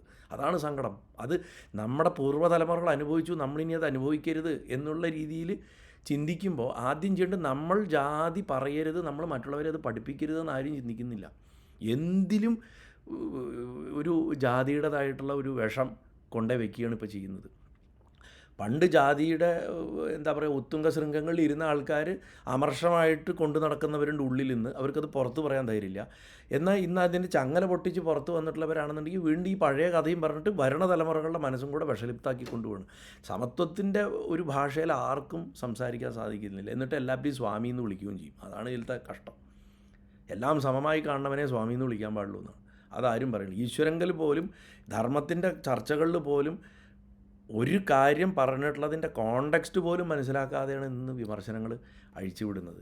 അതെല്ലാം ഒരു എന്താ പറയുക, അതിപ്പോൾ ഭക്തനാണെങ്കിലും ആധ്യാത്മികമായിട്ടുള്ള അറിവുള്ള ആളാണെന്നുണ്ടെങ്കിലും ഈ ഒരു മഞ്ഞപ്പിത്തം പിടിച്ച കണ്ണടയിൽ കൂടെയാണ് ധർമ്മത്തിനെ നോക്കിക്കാണുന്നത്. അപ്പോൾ അതൊക്കെ വലിയ സങ്കടകരമായിട്ടുള്ള കാര്യമാണ്. അപ്പോൾ എന്താണെന്നുണ്ടെങ്കിലും ഈ മനുഷ്യനെ സംബന്ധിച്ചിടത്തോളം ഒറ്റ കാര്യമുള്ളൂ, നമ്മളൊക്കെ പ്രകൃതിയിലുള്ള അനവധി ചക്രങ്ങളുടെ അടിമകളാണ്. അനവധി ചക്രങ്ങൾ, അനവധി ഫോഴ്സസ് നമ്മളെ നിയന്ത്രിക്കുന്നുണ്ട്. നമ്മളൊന്നും അറിയുന്നില്ല. നമ്മൾ മനുഷ്യൻ നിസ്സഹായമാണ് ഒരു തരത്തിൽ. മനുഷ്യൻ്റെ അറിവും കഴിവും കൊണ്ട് ലോകത്തിൻ്റെ ഭൂമിയുടെ മുഖച്ഛായ മാറ്റിമറിക്കുന്നുണ്ടെന്നൊക്കെ നമ്മൾ പറയുന്നുണ്ടെങ്കിലും അത് ഈ ഫോഴ്സസിൻ്റെ സഹായത്തോടെയാണ്. ഇതേ ഫോഴ്സസ് തന്നെയാണ് നമ്മൾ ഉണ്ടാക്കിയിടുന്ന ഓരോ സ്വപ്ന കൊട്ടാരങ്ങളെയും തകർത്ത് തരിപ്പണാക്കണത്. അപ്പോൾ നമ്മുടെ ജീവിതങ്ങളും അല്ലെങ്കിൽ ജനതതികളുടെ ജീവിതങ്ങളും ഒരു ചക്രത്തിൽ നിന്ന് അടുത്ത ചക്രത്തിലേക്ക്, അടുത്ത ചക്രങ്ങളിലേക്കാണ് ഇങ്ങനെ പോയിക്കൊണ്ടിരിക്കുന്നത് അല്ലേ. അപ്പോൾ നമ്മളെ സംബന്ധിച്ചിടത്തോളം എന്താ, നമ്മുടെ ആത്യന്തിക ലക്ഷ്യം എന്ന് പറഞ്ഞാൽ ഈ ചക്രങ്ങളിൽ നിന്ന് രക്ഷപ്പെടുക എന്നാണ്. ചക്രങ്ങളിൽ നിന്ന് രക്ഷപ്പെടണമെങ്കിൽ ശരീരമാണ് ഞാൻ എന്നുള്ള ബോധത്തിൽ നിന്ന് മാറണം. അത് മനസ്സിലാക്കിയെടുക്കാൻ ഈ ചക്രങ്ങളെക്കുറിച്ച് പ്രാചീന ഋഷിമാർ പഠിച്ചു. സഹസ്രാബ്ദങ്ങൾ, ലക്ഷക്കണക്കിന് യുഗങ്ങൾ നീണ്ടു നിൽക്കുന്ന ചക്രങ്ങളുണ്ട്. ചില ചക്രങ്ങൾ അത്ര വലിപ്പമില്ല, ആയിരക്കണക്കിന് വർഷങ്ങളുടെ വലിപ്പമേ ഉള്ളൂ. ഇപ്പം നമ്മൾ കലിയുഗം, കൃതയുഗം, ത്രേതായുഗം, ദ്വാപരയുഗം എന്ന് പറയുന്നതൊക്കെ ഓരോ ചക്രങ്ങളാണ്. അതിനൊരു ക്ലാസിഫിക്കേഷൻ കൊടുത്തിരിക്കുകയാണ്. അതേപോലെ തന്നെയുള്ള ക്ലാസിഫിക്കേഷനാണ് നമ്മൾ ഒരു വ്യാഴവട്ടം 12 കൊല്ലം, അല്ലെങ്കിൽ ഒരു നൂറ്റാണ്ട് 100 കൊല്ലം, അതല്ലെങ്കിൽ ഒരു കൊല്ലം 365 ദിവസം, അല്ലെങ്കിൽ ഒരു മണിക്കൂർ, ഇതൊക്കെ ഓരോ ചക്രങ്ങളാണ്. അങ്ങനെ ഉള്ള ചക്രങ്ങളിൽ 12 കൊല്ലം കൂടുമ്പോൾ 144 വർഷം എന്നുള്ളൊരു ചക്രത്തിന് ആചാര്യന്മാർ ജ്യോതിഷപരമായിട്ടുള്ള കാരണങ്ങൾ കൊണ്ട് ഒരു പ്രാധാന്യം കൊടുത്തിട്ട് അതിന് ഈ രാജ്യത്ത് വിശേഷമായിട്ട് ഉള്ള ചില ഊർജ്ജ കേന്ദ്രങ്ങളെ കണ്ടുവച്ചിരിക്കുന്നു. ഭൂമി കറങ്ങിക്കൊണ്ടായിരിക്കണം. ഭൂമി കറങ്ങിക്കൊണ്ടിരിക്കുമ്പോൾ നമ്മൾ ഫിസിക്സിൽ സെൻട്രിഫ്യൂഗൽ ഫോഴ്സ് എന്ന് പറയും. ആ ഭൂമിയുടെ കറക്കുണ്ട്. ആ ഭൂമിയുടെ കറക്കത്തിൻ്റെ ആ സെൻട്രിഫ്യൂഗൽ ഫോഴ്സ് ഏറ്റവും ശക്തമായിട്ട് വരുന്നത് 0 തൊട്ടിട്ട് 33 ഡിഗ്രി വരെയുള്ള ലാറ്റിറ്റ്യൂഡ് ആണ് വരിക. ഈ ഭൂമിയുടെ എന്താ പറയുക വലയങ്ങളിൽ ആ സ്ഥലത്തിൽ അതിൽ ഏറ്റവും ശക്തമായിട്ട് വരുന്നത് ഏകദേശം 10-11 ഡിഗ്രികളുടെ അവിടെയാണ്. 10-11 ഡിഗ്രികളുടെ അവിടെയാണ് ഈ സെൻട്രിഫ്യൂഗൽ ഫോഴ്സ് ഏറ്റവും ശക്തമായിട്ട് വരുന്നത്. അവിടെ ഊർജ്ജം എന്ന് പറഞ്ഞു കഴിഞ്ഞാൽ സെൻട്രിഫ്യൂഗൽ ഫോഴ്സിൻ്റെ പ്രത്യേകിച്ച് ഇങ്ങനെ കറങ്ങനെ ഇങ്ങനെ സെൻട്രിപെറ്റൽ എന്ന് പറയും, ഇങ്ങനെ കറക്കി വിടുകയാണ്. അപ്പോൾ ഈ കറക്കി വിടുമ്പോൾ ഇത് കുത്തനെ ഏറ്റവും സ്ട്രെയിറ്റ് ആയിട്ട് ഒട്ടും ചെതറിപ്പോകാണ്ട് ആ ഊർജ്ജം കയറി വരുന്ന സ്ഥലങ്ങളുണ്ട് ഈ പറഞ്ഞ ലാറ്റിറ്റ്യൂഡുകളിൽ, ഈ പറഞ്ഞ ഡിഗ്രികളിൽ. അതിന് ഉള്ള സ്ഥലങ്ങളെ പഴയ കാലത്തുള്ളവർ അവരുടെ രീതി വെച്ച് കണ്ടെത്തി ആ സ്പോട്ടുകളിൽ ഒരു പ്രത്യേക ദിവസം പ്രത്യേക സ്പോട്ടിൽ ചെന്നിട്ട് ഇന്ന സാധനങ്ങൾ അനുഷ്ഠിച്ചാൽ, സ്നാനം ചെയ്താൽ, ആധ്യാത്മികമായിട്ടുള്ള സത്സംഗത്തിൽ ഏർപ്പെട്ടാൽ വളരെ പെട്ടെന്ന് തന്നെ ആത്മജ്ഞാനം ഉണ്ടാവും എന്ന് കണ്ടെത്തി സാധാരണക്കാർക്കും കൂടെ അത് ഉപഭോക്താകാൻ വേണ്ടിയിട്ടാണ്. നോക്കൂ, സന്യാസിമാർ ഞങ്ങൾക്ക് മാത്രം എന്നല്ല പറയണത്, നമ്മളെപ്പോലെ സാധാരണക്കാർക്കും അതിൽ പങ്കെടുക്കുക എന്നുള്ളതാണ്. അപ്പോൾ അതിന് വേണ്ടിയിട്ട് എന്താ പറയുക സൃഷ്ടിച്ചിട്ടുള്ളതാണ് ശരിക്കും പറഞ്ഞു കഴിഞ്ഞാൽ ഈ കുംഭമേള പോലുള്ള ചടങ്ങുകൾ. നമ്മൾ ഈ കുംഭമേളയ്ക്കൊക്കെ ഇപ്പോൾ ടൂറിസ്റ്റുകളെ പോലെ പോയാൽ പോലും അവിടെ ചെന്നിട്ട് ആധ്യാത്മിക ഊർജ്ജം സ്വീകരിച്ച് മാനസാന്തരം വന്ന് മാറുന്ന ആൾക്കാരെ നമുക്കിപ്പോൾ കാണാൻ പറ്റുന്നുണ്ട്. ഇപ്പോൾ തുടങ്ങിയിട്ട് ഇപ്പോൾ ഇത്രയും ദിവസമായില്ലേ. ഇപ്പോൾ എൻ്റെ അടുത്തൊക്കെ തന്നെ വെറുതെ ഒന്ന് കാണാൻ പോട്ടെ ശരത്തേട്ടാ എന്ന് പറഞ്ഞിട്ട് പോയ ചില സാധാരണ ജീവിതമുള്ള ആൾക്കാർക്ക് പോലും വലിയ മാനസിക പരിവർത്തനം വന്നിട്ട് തിരിച്ചെത്തിയിരിക്കുന്നു. അപ്പോൾ അതൊക്കെ കാണുമ്പോൾ വളരെ സന്തോഷം തോന്നുന്നുണ്ട്. അപ്പം അവിടെ ചെന്നിട്ട് നമുക്ക് കിട്ടേണ്ടത് എന്താണെന്ന് വെച്ചാൽ നമ്മൾ മനുഷ്യൻ എന്ന് പറയണതിൻ്റെ ശക്തി, അല്ലെങ്കിൽ മനുഷ്യത്വം, ഹ്യൂമാനിറ്റി എന്ന് പറയണതിൻ്റെ മഹിമ, നമ്മളുടെ ശരീരം മനുഷ്യ ശരീരം കൊണ്ടേ മുക്തി കിട്ടുള്ളൂ. ദേവന് പോലും മനുഷ്യൻ്റെ ശരീരം എടുത്തതിന് ശേഷം മാത്രമേ മുക്തി കിട്ടുള്ളൂ എന്നാണ്, അല്ലാണ്ട് മുക്തി കിട്ടില്ല എന്നാണ്. അത്ര എന്താ പറയുക മഹത്തരമാണ് മനുഷ്യജന്മം, നരജന്മം എന്നാണ്.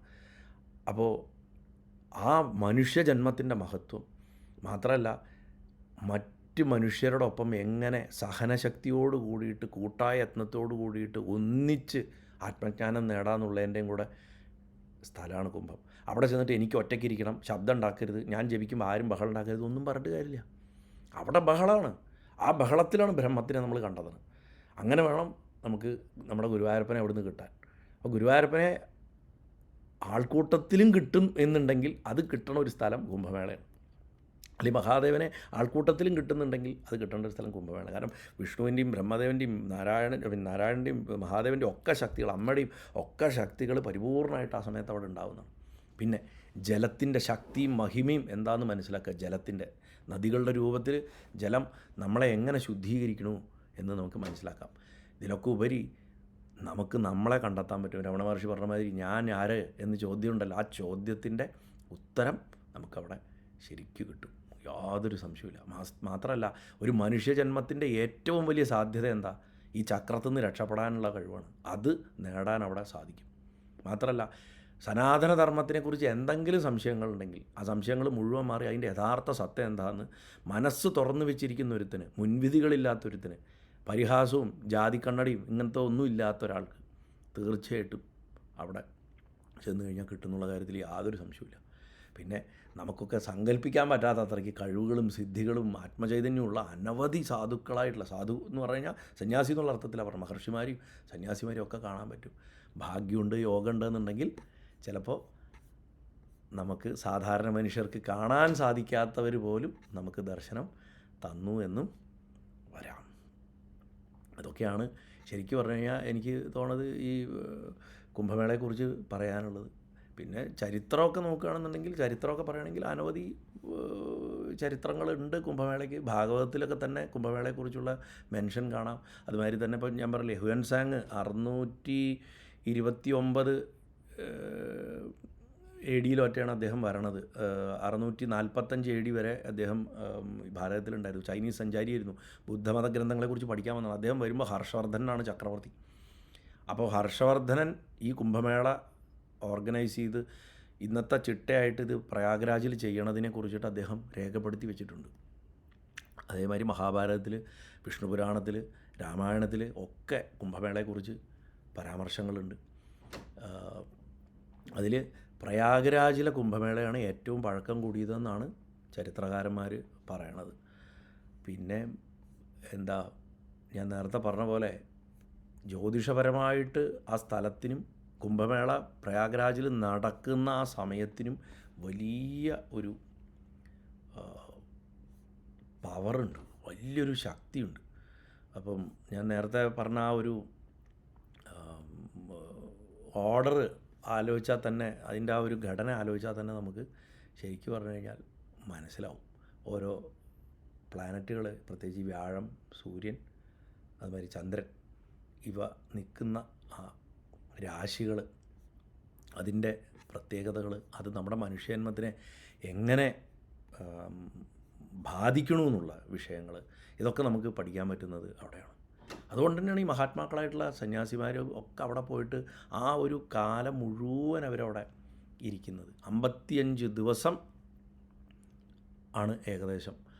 ആ 55 ദിവസത്തിൽ എന്താ പറയുക, ഏകദേശം 3 ആഴ്ച അല്ലേ, 3 ആഴ്ച, അതായത് ഈ 3 ആഴ്ച കൊണ്ടാണ് ഈ കുംഭമേളയുടെ ആ സ്ഥലം പ്രിപ്പയർ ചെയ്യണത്. ഏകദേശം ഒരു 55 ദിവസം അവിടെ ഉണ്ടാവും. 55 ദിവസം കഴിഞ്ഞ് അടുത്ത 7 ദിവസത്തിനുള്ളത് മുഴുവൻ പൊളിച്ചും കളയും ഒരാഴ്ചയുടെ ഉള്ളിൽ. അപ്പോൾ ചുരുക്കി പറഞ്ഞാൽ ഇത്ര ചുരുങ്ങിയ സമയത്തിൽ സൃഷ്ടിച്ച് വെറും 55 ദിവസം മാത്രം നിലനിന്ന് വെറും 7 ദിവസം കൊണ്ട് ഇല്ലാണ്ടായി പോകുന്ന ആ സ്ഥലമാണ് ആ ഉള്ള സമയത്ത് ഈ ഭൂഗോളത്തിലെ ഏറ്റവും ശുദ്ധമായിട്ടുള്ള സ്ഥലം, ഏറ്റവും ആധ്യാത്മികമായിട്ട് ശക്തമായിട്ടുള്ള സ്ഥലം. അവിടെയാണ് നമുക്ക് ആൾക്കൂട്ടത്തിൽ ഗുരുവായൂരപ്പനെ കാണാൻ പറ്റുക, അവിടെയാണ് നമുക്ക് ആൾക്കൂട്ടത്തിൽ അമ്മയെ കാണാൻ പറ്റുക, അവിടെയാണ് നമുക്ക് മുരുകനെ കാണാൻ പറ്റുക, അവിടെയാണ് നമുക്ക് മഹാദേവനെ കാണാൻ പറ്റുക. അങ്ങനെയുള്ള ആ സ്ഥലം, അവിടെയാണ് നമുക്ക് നമ്മുടെ സ്വാമിയെ, അയ്യപ്പസ്വാമിയെ കാണാൻ പറ്റുക. അപ്പോൾ അത്രയ്ക്ക് ശക്തമായിട്ടുള്ള സ്ഥലം. എല്ലാ ഋഷീശ്വരന്മാർക്കും എന്താ പറയുക, പങ്കാളിത്തമുള്ള ഒരിത്. ആലോചിച്ച് നോക്ക്, വെറും 55 ദിവസമാണ് അത് ഭൂമിയിൽ നിലനിൽക്കുന്നത്. 55 ദിവസം മാത്രം. ഗംഗയുടെയും യമുനയുടെയും സരസ്വതിയും ആ കൂടിച്ചേരുന്ന സ്ഥലത്ത്. അപ്പോൾ അങ്ങനെയുള്ള ആ സ്ഥലത്ത് പോയി ഒരു ദിവസം കൊണ്ട് ഓടിപ്പോയി വരൽ നമുക്ക് തൊഴുതു, കുളിച്ചു, കണ്ടു, വന്നു, ഫോട്ടോ എടുത്തു, വന്നു ആവാം. പക്ഷേ സന്യാസിമാരങ്ങനെയല്ല, അവരവിടെ താമസിക്കും. അത് താമസിക്കുന്നത് തന്നെ ഒരു ആധ്യാത്മിക സാധനയാണ്. അങ്ങനെ താമസിക്കുന്നതിനെ കൽപ്പവാസം എന്നാണ് പറയുക. കൽപ്പവാസം എന്നാണ് പറയുക. ആ കൽപ്പവാസം ചെയ്യണേന് കണക്കുണ്ട്. കുറഞ്ഞത് 21 ദിവസം, അല്ലെങ്കിൽ ഒരു മണ്ഡലക്കാലം 42 ദിവസം, അതും അല്ലെങ്കിൽ ഈ കുംഭത്തിൻ്റെ മേള നടക്കണം മുഴുവൻ 55 ദിവസവും അവിടെ താമസിക്കണം എന്നാണ്. ആ 55 ദിവസവും അവരവരുടെ ആരാധനയിൽ കൂടെ അവർ ഏതൊരു സത്യത്തിനെയാണോ ആരാധിക്കണത് അതിൻ്റെ സമ്പ്രദായത്തെ പൂർണ്ണമായിട്ട് അനുഷ്ഠിച്ചുകൊണ്ടിരിക്കണം. സത്യം ഒന്നേ ഉള്ളൂ. അതിന് പല രൂപങ്ങളാണ്. അതിന് നാരായണെന്നും പരാശക്തിയെന്നും ബ്രഹ്മെന്നും എന്താ പറയുക മഹാദേവൻ സദാശിവനെന്നും ഒക്കെ, അയ്യപ്പനെന്നും അല്ലെങ്കിൽ മുരുകനെന്നും ഗണപതിയെന്നും സൂര്യനെന്നും ഒക്കെ വിളിക്കും. പക്ഷേ ഏതൊരു സത്യത്തിനെയാണോ ആത്യന്തികമായിട്ട് എല്ലാവരും ഉപാസിക്കുന്നത്, അവരുടെ വൈവിധ്യമാർന്ന അനവധി ഉപാസനാ പദ്ധതികളുടെ മുഴുവൻ കൃത്യമായിട്ടുള്ള ആചരണത്തിൽ കൂടെ ഈ 21, 42, 55 ദിവസം അവിടെ കഴിയും. കുംഭമേള എന്ന് പറഞ്ഞു കഴിഞ്ഞാൽ ഐക്യത്തിൻ്റെ സ്ഥലമാണ്, കലഹത്തിൻ്റെ സ്ഥലമല്ല. പ്രത്യേകിച്ച് ഈ പ്രയാഗ്രാജിലത്തെ കുംഭമേളയുടെ പ്രത്യേകത അതാണ്. ഈ കൽപ്പവാസം വഴി എന്താ ഗുണം? അറിവ്, ആത്മജ്ഞാനം, ഭക്തി, ഇതൊക്കെ ഉണരും. മാത്രമല്ല നോൺ വെജിൻ്റെ ഒരു പൊടി കാണില്ല, മദ്യത്തിൻ്റെ പൊടി കാണില്ല, സെക്ഷൽ ആക്ടിവിറ്റികളൊന്നും കാണില്ല, ചൂതാട്ടങ്ങൾ കാണില്ല. ആധ്യാത്മികത മാത്രം, അത് മാത്രമായിരിക്കും. അവിടെ ടെൻറ്റുകൾക്ക് വാതിലോ ഗേറ്റോ പോലും കാണില്ല എന്നാണ്. എത്രയോ ടണ്ണ് കണക്കിന് ഭക്ഷണമാണ് സൗജന്യമായിട്ട് വിതരണം ചെയ്യപ്പെടുന്നത്. നമ്മുടെ ഈ കേരളത്തിൽ കിടന്നിട്ട് പരിഹസിക്കുന്നവർക്ക് ഇതിൻ്റെ ഒന്നും മഹിമയോ വലിപ്പമോ അറിയില്ല. വേദത്തിൻ്റെ പാരമ്പര്യം എന്താണെന്ന് നമുക്കറിയില്ല. എല്ലാ സമ്പ്രദായങ്ങൾക്കും പ്രധാനമാണ് അവിടെ. അതാണ് അതിൻ്റെ ഗുണം. ഇപ്പോൾ അതാ നമ്മുടെ മലബാര സമ്പ്രദായങ്ങൾ അനുഷ്ഠിക്കുന്ന ചില ആചാര്യന്മാർ പോലും കുംഭത്തിൽ പങ്കെടുക്കണം. അങ്ങനെയല്ലേ വേണ്ടത്. ഇനിയുള്ള കാലത്ത് അതല്ലേ വേണ്ടത്. നമ്മളെല്ലാവരും ഒന്നിച്ച് നിൽക്കുകയല്ലേ വേണ്ടത്. അല്ലാണ്ട് പണ്ടത്തെ ജാതിക്കഥയും പറഞ്ഞ് ഇന്നും തമ്മിത്തല്ലി, അങ്ങനെ തമ്മിത്തല്ലിയാണെങ്കിൽ അവസാനിച്ചു, കഴിഞ്ഞു. ഇപ്പോൾ തന്നെ നമ്മുടെ തലമുറകളെ നോക്കിയറിയാം നമ്മൾ എങ്ങോട്ടാണ് പോയിക്കൊണ്ടിരിക്കുന്നത്. അപ്പോൾ അങ്ങനെയുള്ള സമയങ്ങളിലാണ് ഇതങ്ങനെ ഭഗവാൻ അനുഗ്രഹിച്ച് ഇങ്ങനത്തെ അവസരങ്ങൾ വരണത്. ഈ 144 വർഷം കൂടിയിട്ട് ഇപ്പോൾ ഈ മഹാകുംഭം വന്നത് വാസ്തവത്തിൽ വലിയൊരു ചരിത്ര മുഹൂർത്തവും നിമിത്തവും തന്നെയാണ്. പിന്നെ മാത്രമല്ല, ആ കൽപ്പവാസം ചെയ്തിട്ട് നമ്മൾ ആ പ്രയാഗ്രാജിലൊക്കെ നമ്മൾ നടക്കുമ്പോൾ നമ്മൾ അവിടെ പോകുന്നവർ ചിന്തിക്കേണ്ട ഒരു കാര്യമുണ്ട്. സാക്ഷാൽ ആദിശങ്കരനും തിരുജ്ഞാന സംബന്ധരും അതുപോലെ രാമാനുജാചാര്യനും സ്വാമിനാരായണനും വിവേകാനന്ദ സ്വാമിയും കപില മഹർഷിയും പരമഹംസ യോഗാനന്ദനും ശ്രീരാമസ്വാമിയും ശ്രീകൃഷ്ണനും എന്ന് വേണ്ട, ഞാനിപ്പോൾ ഒരു ക്രമമില്ലാണ്ട് പറഞ്ഞിട്ടുള്ള എല്ലാ മഹാത്മാക്കൾ, പ്രാചീന കാലം തൊട്ടുള്ള മഹാഗുരുക്കന്മാർ, ദിവ്യപുരുഷന്മാർ, അവതാരങ്ങൾ, ഭഗവാൻ സ്വയം തന്നെ, അങ്ങനെയുള്ളവർ തുടങ്ങി എത്രയോ എത്രയോ എത്രയോ മഹത്തുക്കൾ ചവിട്ടി നടന്ന മണ്ണിലാണ് നമ്മൾ നടക്കുന്നത്. എത്രയോ പേര് ചവിട്ടി നടന്ന മണ്ണിൽ. ഞാൻ സംബന്ധർ പറഞ്ഞപ്പോഴാണ് ഈ മാഘസ്നാനത്തിന് ഈ കുംഭമേള പോലെ തന്നെ കുംഭമേളയ്ക്ക് തുല്യമായിട്ടുള്ള സ്നാനം കുംഭകോണത്തുണ്ട്. കുംഭകോണത്തും അതുപോലുള്ള ആചരണങ്ങളുണ്ട് തമിഴ്നാട്ടിൽ. അതേപോലെ എന്താ പറയുക, ഈ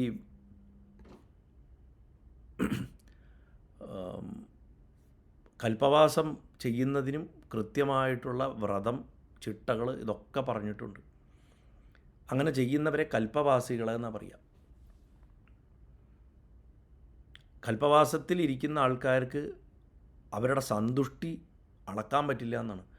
വാസ്തവത്തിൽ വളരെ ലളിതമായിട്ടുള്ള ഭക്ഷണം, അത്യാവശ്യം നല്ലോണം വായുമലിനീകരണമൊക്കെ കാണും, തണുത്ത കാലാവസ്ഥയാണ്, വസ്ത്രം ശരിക്ക് ഉണ്ടാവില്ല, കിടന്നുറങ്ങാൻ സൗകര്യം ഉണ്ടാവില്ല. എന്നാലും ആത്മജ്വലനം, ആത്മജ്ഞാനം അങ്ങോട്ട് തെളിഞ്ഞു നിൽക്കണോണ്ട് അവരുടെ തൃപ്തിയും സന്തുഷ്ടിയും. ഞാൻ തൃപ്തിയെക്കുറിച്ച് എപ്പോഴും, ആധ്യാത്മിക തൃപ്തിയെക്കുറിച്ച് സ്ഥിരം പ്രഭാഷണങ്ങൾ പറയാറുണ്ട്. അതൊക്കെ സ്ഥിരം കേൾക്കുന്നവർക്ക് ഓർമ്മയുണ്ടാവും എന്താണ് യഥാർത്ഥ തൃപ്തി, യഥാർത്ഥ സന്തുഷ്ടി. അപ്പം ഈ കൽപ്പവാസികളെക്കുറിച്ച് പഠനങ്ങൾ നടത്തുമ്പോൾ ഒക്കെ പറയും അവരുടെ ഫിസിക്കൽ, ഭൗതിക സാഹചര്യങ്ങൾ വളരെ കഷ്ടിയാണ് ആ സ്ഥലത്തെങ്കിലും അവർ തിരിച്ചു പോകുന്നത് കൂടുതൽ ആരോഗ്യത്തോടെ, മനസ്സിനും ശരീരത്തിനും ബുദ്ധിക്കും കൂടുതൽ ആരോഗ്യത്തോടെയും കൂടുതൽ സന്തുഷ്ടിയോടു കൂടിയാണെന്ന് അവർ തിരിച്ചു പോകുന്നത്. ഈ കൽപ്പവാസം ചെയ്യണവർ സന്യാസിമാർ മാത്രമാവണമെന്നില്ല, സാധാരണക്കാർക്കും ഗൃഹസ്ഥർക്കും ഒക്കെ കൽപ്പവാസം ചെയ്യാമെന്നാണ്. അപ്പം ചുരുക്കി പറഞ്ഞു കഴിഞ്ഞാൽ ഒരു വലിയ എന്താ പറയുക, ഒരു മഹാപ്രസ്ഥാനത്തിൻ്റെ കഥയാണ് ശരിക്കും പറഞ്ഞാൽ കുംഭമേള ആവർത്തിക്കുന്നത്. ഓരോ സനാതനധർമ്മത്തിൻ്റെ ഒരു വിഷ്വൽ റെപ്രസെൻറ്റേഷനാണ്, ശരിക്കും ഒരു വിഷ്വൽ റെപ്രസെൻറ്റേഷനാണ്. അത് വെറും കുറേ ഐതിഹ്യങ്ങളുടെ ഇതിൽ മാത്രമല്ല, അനുഭവിച്ച് രുചിച്ച് അറിയേണ്ടതാണ്. അപ്പോൾ ഞാൻ ഇത്രയും നേരം ഇതൊക്കെ പറഞ്ഞു. അപ്പോൾ ഇത് കുംഭമേളയ്ക്ക് പോകാൻ സാധിക്കാത്ത എത്രയോ അമ്മമാരും അച്ഛന്മാരും കൂടപ്പറപ്പുകളും ഒക്കെ ഉണ്ടാവും ഈ പ്രഭാഷണം കേൾക്കണവർ, അല്ലെങ്കിൽ ഇത് കഴിഞ്ഞിട്ട് ഈ കുംഭമേളക്കാലം കഴിഞ്ഞിട്ട് ഇത് കേൾക്കണവരുണ്ടാവും. ഇനിയും കുംഭമേളകൾ വരും. 144 വർഷത്തെ മഹാകുംഭം നമ്മുടെ ജീവിതകാലത്തിന് പ്രയാഗ്രാജിൽ വരില്ല. പക്ഷേ 6 കൊല്ലം കൂടുമ്പോൾ അവിടെ അർദ്ധകുംഭമുണ്ട്, പൂർണ്ണകുംഭം 12 കൊല്ലം കൂടുമ്പോൾ വരും, ഹരിദ്വാറിൽ വരും, നാസിക്കിൽ വരും, അതുപോലെ ഇവിടെ വരും. അതൊക്കെ നമുക്ക് കലണ്ടർ നോക്കിയാൽ നമ്മുടെ ജീവിതകാലത്ത് തന്നെ പോയി അറ്റൻഡ് ചെയ്യാൻ പറ്റുന്നതൊക്കെ അറ്റൻഡ് ചെയ്യാം. ഈവൻ പ്രയാഗ്രാജിൽ തന്നെ ഈ അർദ്ധവും പൂർണ്ണമൊക്കെ നമുക്ക് ഇനിയും അറ്റൻഡ് ചെയ്യാം, ആയുസ്സും ആരോഗ്യം ഉണ്ടെങ്കിൽ.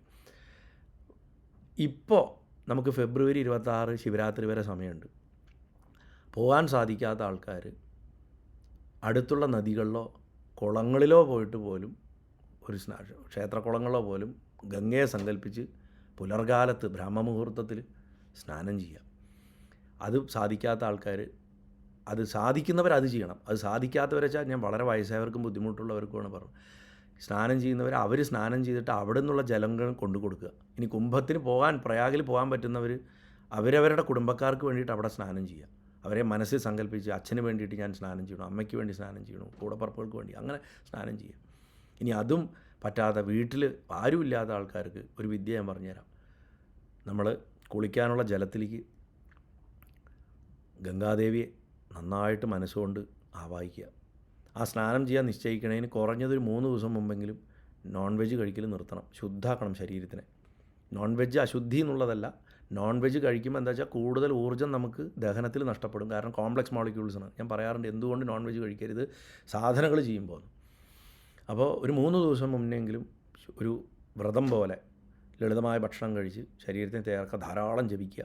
അതിനുശേഷം സ്നാനം നിശ്ചയിക്കുക. ഇപ്പോൾ ഉദാഹരണത്തിന് ഫെബ്രുവരി 12 നിങ്ങൾക്ക് നിശ്ചയിക്കാം, അല്ലെങ്കിൽ ഫെബ്രുവരി 26 ശിവരാത്രിക്കാണെങ്കിലും നിങ്ങൾക്ക് നിശ്ചയിക്കാം. അത്യാവശ്യം നല്ലോണം ജലം ഒരു പാത്രത്തിലോ ഒരു ബക്കറ്റിലോ വല്ലതും എടുത്ത് കുറച്ച് തുളസിയില എടുത്ത് ആ തുളസിയില കൊണ്ട് മനസ്സിൽ നന്നായിട്ട് ഹൃദയഭാഗത്ത് തൊട്ട് ധ്യാനിച്ചിട്ട് ഗംഗാദേവിയെ, നാരായണൻ്റെ ആ വാമനമൂർത്തി 3 ലോകങ്ങളെയും അളക്കാൻ വേണ്ടിയിട്ട് കാലം ഉയർത്തിയപ്പോൾ ബ്രഹ്മലോകത്തേക്ക് ആ കാലെത്തിയപ്പോൾ ആ ത്രിവിക്രമൻ്റെ പാദത്തിൽ ബ്രഹ്മദേവൻ കമണ്ടൽ കൊണ്ട് ജലം അഭിഷേകം ചെയ്തു അത്രേ, കാല് കഴുകി. അപ്പോൾ ഉത്ഭവിച്ചാണ് ഗംഗ എന്ന്. ആ ഗംഗ ഒഴുകി അനവധി കാലം ആകാശഗംഗയായിട്ട് നിന്നു. അത് ഭഗീരഥൻ്റെ പ്രയത്നം കൊണ്ട്, അദ്ദേഹത്തിൻ്റെ തപസ്സുകൊണ്ട് ശ്രീ മഹാദേവൻ ആ ആകാശഗംഗ തൻ്റെ ജടയിൽ സ്വീകരിച്ചു. അതിലത്തെ ഒരു കുടുക്കി, എന്നിട്ട് ഒരു ഇഴ മാത്രം ജട അഴിച്ചു വിട്ട് അതിൽ നിന്ന് താഴോട്ട് ഇറങ്ങി വന്നിട്ടുള്ളതാണ് ഇന്ന് നമ്മൾ കാണുന്ന ഗംഗാനദി എന്നാണ്. ആ ഗംഗ, അങ്ങനെയുള്ള ഗംഗയുടെ തന്നെ വലിപ്പം എന്താണെന്നുള്ളത് ഗംഗ കണ്ടിട്ടുള്ളവർക്കറിയാം. അപ്പം അങ്ങനെയുള്ള ഗംഗ അമ്മ, ഗംഗാജി, ആ അമ്മയുടെ സാന്നിധ്യം പരിപൂർണമായിട്ട് ആ ജലത്തിലുണ്ടാവണേ എന്ന് പറഞ്ഞിട്ട് സങ്കല്പിച്ചിട്ട് ഒരു തുളസിയില ഇടുക. അതിനുശേഷം ശ്രീകൃഷ്ണൻ്റെ പത്നിയായിട്ടുള്ള, കാളിന്തിയായിട്ടുള്ള, ആ പ്രിയപത്നിയായിട്ടുള്ള യമുനാദേവി, ആ അമ്മ ആ ജലത്തിൽ ആവിർഭവിക്കട്ടെ എന്ന് പറഞ്ഞിട്ട് അടുത്ത ഒരു തുളസിയില ഇടുക. അതിനുശേഷം സാക്ഷാൽ സരസ്വതി നദി ബദ്രീനാഥത്തിൽ ഒരു ഗുഹയുടെ ഉള്ളിൽ നിന്ന് പ്രത്യക്ഷപ്പെട്ട് കണ്ടു പോണ മാതിരി കാണാം നമുക്ക്. അങ്ങനെയുള്ള ആ സരസ്വതി നദി അവിടെ ആ ജലത്തിൽ ആവിർഭവിക്കട്ടെ എന്ന് പറഞ്ഞിട്ട് പ്രാർത്ഥിച്ചിട്ട് നമുക്ക് ആ ജലത്തിലിടാം. അങ്ങനെ ആ ജലത്തിൽ ഇട്ടതിന് ശേഷം ത്രിമൂർത്തികളെ, ബ്രഹ്മവിഷ്ണു മഹേശ്വരന്മാരെ നന്നായിട്ട് മനസ്സിൽ പ്രാർത്ഥിക്കുക. അവരാര് വലുത് ചെറുതെന്നുള്ള ഭാവമൊന്നും വെച്ചേക്കരുത്. സകല ദേവതകളെയും മനസ്സിൽ പ്രാർത്ഥിക്കുക. അമ്മ പരാശക്തിയെ മനസ്സിൽ നന്നായിട്ട് പ്രാർത്ഥിക്കുക. അതിനുശേഷം നിങ്ങൾക്ക് ഇഷ്ടമുള്ള നിങ്ങളുടെ പ്രിയപ്പെട്ട ദേവതയുടെ നാമോ മന്ത്രമോ എന്താത്ത എത്ര ജപിച്ചുകൊണ്ട് നഗ്നരായിട്ട് നിന്ന് കുളിക്കരുത്. ശരീരത്തിൽ ഒരു തോർത്തോ എന്തെങ്കിലും കെട്ടിയതിന് ശേഷം, അടിവസ്ത്രം ധരിച്ചതിന് ശേഷം നിന്നിട്ട് സ്നാനം ചെയ്യാം. 3 പ്രാവശ്യമെങ്കിലും കോരി ഒഴിക്കുക. പിന്നെ അതിനുശേഷം നിങ്ങൾക്ക് സാധാരണ വരെ ആ കുളിയിൽ നിങ്ങൾ സോപ്പ്, ചെറുപയർ പൊടി അങ്ങനത്തെ ഒന്നും ഉപയോഗിക്കരുത്. ഇതിന് ശേഷം നിങ്ങൾക്ക് പോയിട്ടൊരു ക്ഷേത്ര ദർശനം നടത്താം. എവിടെയെങ്കിലും നിങ്ങൾക്കൊരു അന്നദാനോ ഒരു ദാനം ചെറുതായിട്ട് എവിടെയെങ്കിലും ഒരു ദാനം കൊടുക്കാം. പട്ടണത്തിൽ ആ ദിവസം ജപിക്കുക, സന്തോഷമായിട്ടിരിക്കുക. അങ്ങനെ നിങ്ങൾക്ക് ഈ കുംഭസ്നാനം സാങ്കല്പികമായിട്ട് നിങ്ങൾക്ക് ചെയ്യാൻ സാധിക്കും. പിന്നെ എൻ്റെ അടുത്ത് ഞാൻ വിട്ടുപോയ ഒരു കാര്യം ഉണ്ട്. അത് ഈ പ്രയാഗകളെ കുറിച്ചിട്ടാണ്. പ്രയാഗ എന്നുള്ള വാക്കിൻ്റെ അർത്ഥം എന്താണെന്നുള്ളത് ഒന്ന് പറഞ്ഞിട്ട് ഞാൻ ഈ പ്രഭാഷണം അവസാനിപ്പിക്കാം. പ്രയാഗം എന്ന് പറഞ്ഞു കഴിഞ്ഞാൽ പ്രധാനപ്പെട്ട അല്ലെങ്കിൽ ഏറ്റവും വിശിഷ്ടമായിട്ടുള്ള യാഗം നടന്ന സ്ഥലം, പ്രകൃഷ്ടമായിട്ടുള്ള യാഗം, പ്രധാനമായിട്ടുള്ള യാഗം നടന്ന സ്ഥലമാണ് പ്രയാഗം എന്ന് പറയുന്നത്. അതായത് എവിടെയാണോ നമ്മൾ സാധന അനുഷ്ഠിച്ചാൽ നമുക്ക് പൂർണ്ണ ഫലം കിട്ടുക, യജ്ഞം ചെയ്ത ജപയജ്ഞമോ എന്ത് യജ്ഞം ആയിക്കോട്ടെ, അത് ഹോമം തന്നെ ആവണമെന്നില്ല. അപ്പോൾ അത് പ്രയാഗം. പ്രയാഗത്തിന് വേറെയും അർത്ഥമുണ്ട്. കുതിര എന്നർത്ഥമുണ്ട്, അതുപോലെ ഇന്ദ്രൻ എന്നും അർത്ഥമുണ്ട്. ഇന്ദ്രൻ വെച്ചാൽ മനസ്സാണ് താനും. അപ്പോൾ മനസ്സിലാണ് സകല ഇതിൻ്റെയും സംഗമം സംഭവിക്കേണ്ടത്. മനസ്സ് തന്നെയാണ്. പഴയ കാലത്ത് തീർത്ഥസ്നാനത്തിനായിരുന്നു ഇമ്പോർട്ടൻസ്. ഇപ്പോൾ മഹാഭാരത കാലത്തും രാമായണ കാലത്തൊക്കെ ക്ഷേത്രങ്ങളെക്കുറിച്ച് അധികം പറഞ്ഞിട്ടുണ്ടാവില്ല. അമ്പലങ്ങളുടെ സിസ്റ്റമൊക്കെ പിൽക്കാലത്ത് വന്നതാണ്. പണ്ടൊക്കെ നദികളിൽ സ്നാനം ചെയ്യലാണ്, തീർത്ഥസ്നാനത്തിനാണ് പ്രാധാന്യം. അപ്പോൾ ഈ ഗംഗ, യമുന, സരസ്വതി ഇത് 3 സംഗമസ്ഥാനമായതുകൊണ്ടാണ് പ്രയാഗിന് തീർത്ഥരാജൻ അഥവാ പ്രയാഗ് രാജ് എന്ന് പേര് വന്നത്. അത് മുഗൾ ഭരണകാലത്ത് അതിന് അലഹാബാദ് എന്നൊക്കെ പേരിട്ടു. അങ്ങനെയായിരുന്നു അറിയപ്പെട്ടിരുന്നത്. പക്ഷേ അത് വീണ്ടും തിരിച്ച് ഈശ്വരനിശ്ചയം പോലെ പ്രയാഗ്രാജ് എന്നതിൻ്റെ പേര് മാറിയിട്ടുണ്ട്. ഈ പ്രയാഗിൽ നമുക്ക് ഗംഗയുടെയും യമുനയുടെയും സംഗമം നേരിട്ട് കാണാൻ പറ്റും. സരസ്വതി നദിയെ കാണാൻ സാധിക്കില്ല. സരസ്വതി നദി രഹസ്യമായിട്ടാണ് വരണമെന്നാണ്. പണ്ട് സരസ്വതി നദി അവിടെ ഒഴുകിയിരുന്നു എന്ന് പറയുന്നു. അതിൻ്റെ റിവർ ബെഡ്, അത് കടലിൽ പോയി ചേരുന്ന സ്ഥലമാണ് ഇന്നത്തെ റാൻ ഓഫ് കച്ച്, ഗുജറാത്തിലെന്നൊക്കെയാണ് പറയണത്. എന്താണെങ്കിലും ഇന്ന് സരസ്വതി അണ്ടർഗ്രൗണ്ടിലാണ് അതിനെ കാണുന്നത്. ഗുപ്ത സരസ്വതി എന്നാണ് അതിനെ പറയണത്. പ്രയാഗത്തിൻ്റെ ഏറ്റവും വലിയ പ്രത്യേകത എന്താണെന്ന് വെച്ച് കഴിഞ്ഞാൽ ഈ ബ്രഹ്മവിഷ്ണു മഹേശ്വരന്മാർ ത്രിമൂർത്തികളുടെ സദാസാന്നിധ്യമാണ്. അവസാന കാലത്ത് ഈ പ്രപഞ്ചം മുഴുവൻ ഭഗവാനിൽ ലയിക്കുമ്പോഴും ഈ പ്രയാഗത്തിന് നാശം സംഭവിക്കില്ല എന്ന് പറയുന്നു. അതായത് സകലതും നശിക്കുമ്പോഴും ശുദ്ധമായ മനസ്സിന് നാശം ഉണ്ടാവില്ല എന്നായിരിക്കണം അതിൻ്റെ അർത്ഥം. അതായിരിക്കണം. എന്താണെങ്കിലും ഈ പ്രയാഗത്തിൻ്റെ വടക്കേ വശത്ത് ബ്രഹ്മാവ് അദൃശ്യരൂപത്തിൽ ഇരിക്കുന്നുണ്ട്, സ്ഥിതി ചെയ്യുന്നുണ്ട്. അദ്ദേഹത്തിന് കാണാൻ സാധിക്കില്ല. മഹാവിഷ്ണു അവിടെ വേണീമാധവൻ എന്നുള്ള പേരിലാണ് നിലകൊള്ളുന്നത്. മഹാദേവൻ അക്ഷവടം എന്നു പേരുള്ള ഒരു മഹാവൃക്ഷത്തിൻ്റെ രൂപത്തിലും സ്ഥിതി ചെയ്യണമായിട്ടാണ് മത്സ്യപുരാണത്തിലൊക്കെ പറയണത്. ഈ പ്രയാഗങ്ങൾ ഒന്നല്ല, അനവധി പ്രയാഗങ്ങളുണ്ട്. അതിൽ പ്രധാനപ്പെട്ടത് പഞ്ചപ്രയാഗങ്ങൾ എന്ന് പറയും. അത് ഗംഗയുടെ ഉത്ഭവസ്ഥാനം തൊട്ടിട്ടാണ് അതിൻ്റെ കഥ തുടങ്ങുന്നത് ശരിക്കും പറഞ്ഞാൽ.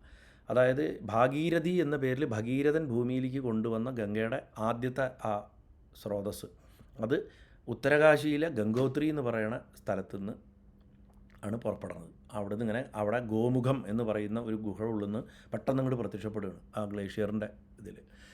അതുപോലെ അളകനന്ദ എന്ന് പറയുന്ന മറ്റേ സോഴ്സ് സതോപാന്ത് എന്ന് പറഞ്ഞിട്ട് ബദ്രിനാഥിൻ്റെ ഒക്കെ അപ്പുറത്ത് മാനാപാസമൊക്കെ കഴിഞ്ഞ് നമ്മൾ പോകുമ്പോൾ സത്യത്തിൻ്റെ പദം എന്നുള്ള അർത്ഥമുള്ള സതോപാന്ത് ഉണ്ട്. ആ സതോപാന്ത് ഗ്ലേഷ്യറാണ്, ഹിമവാഹിനിയാണ്.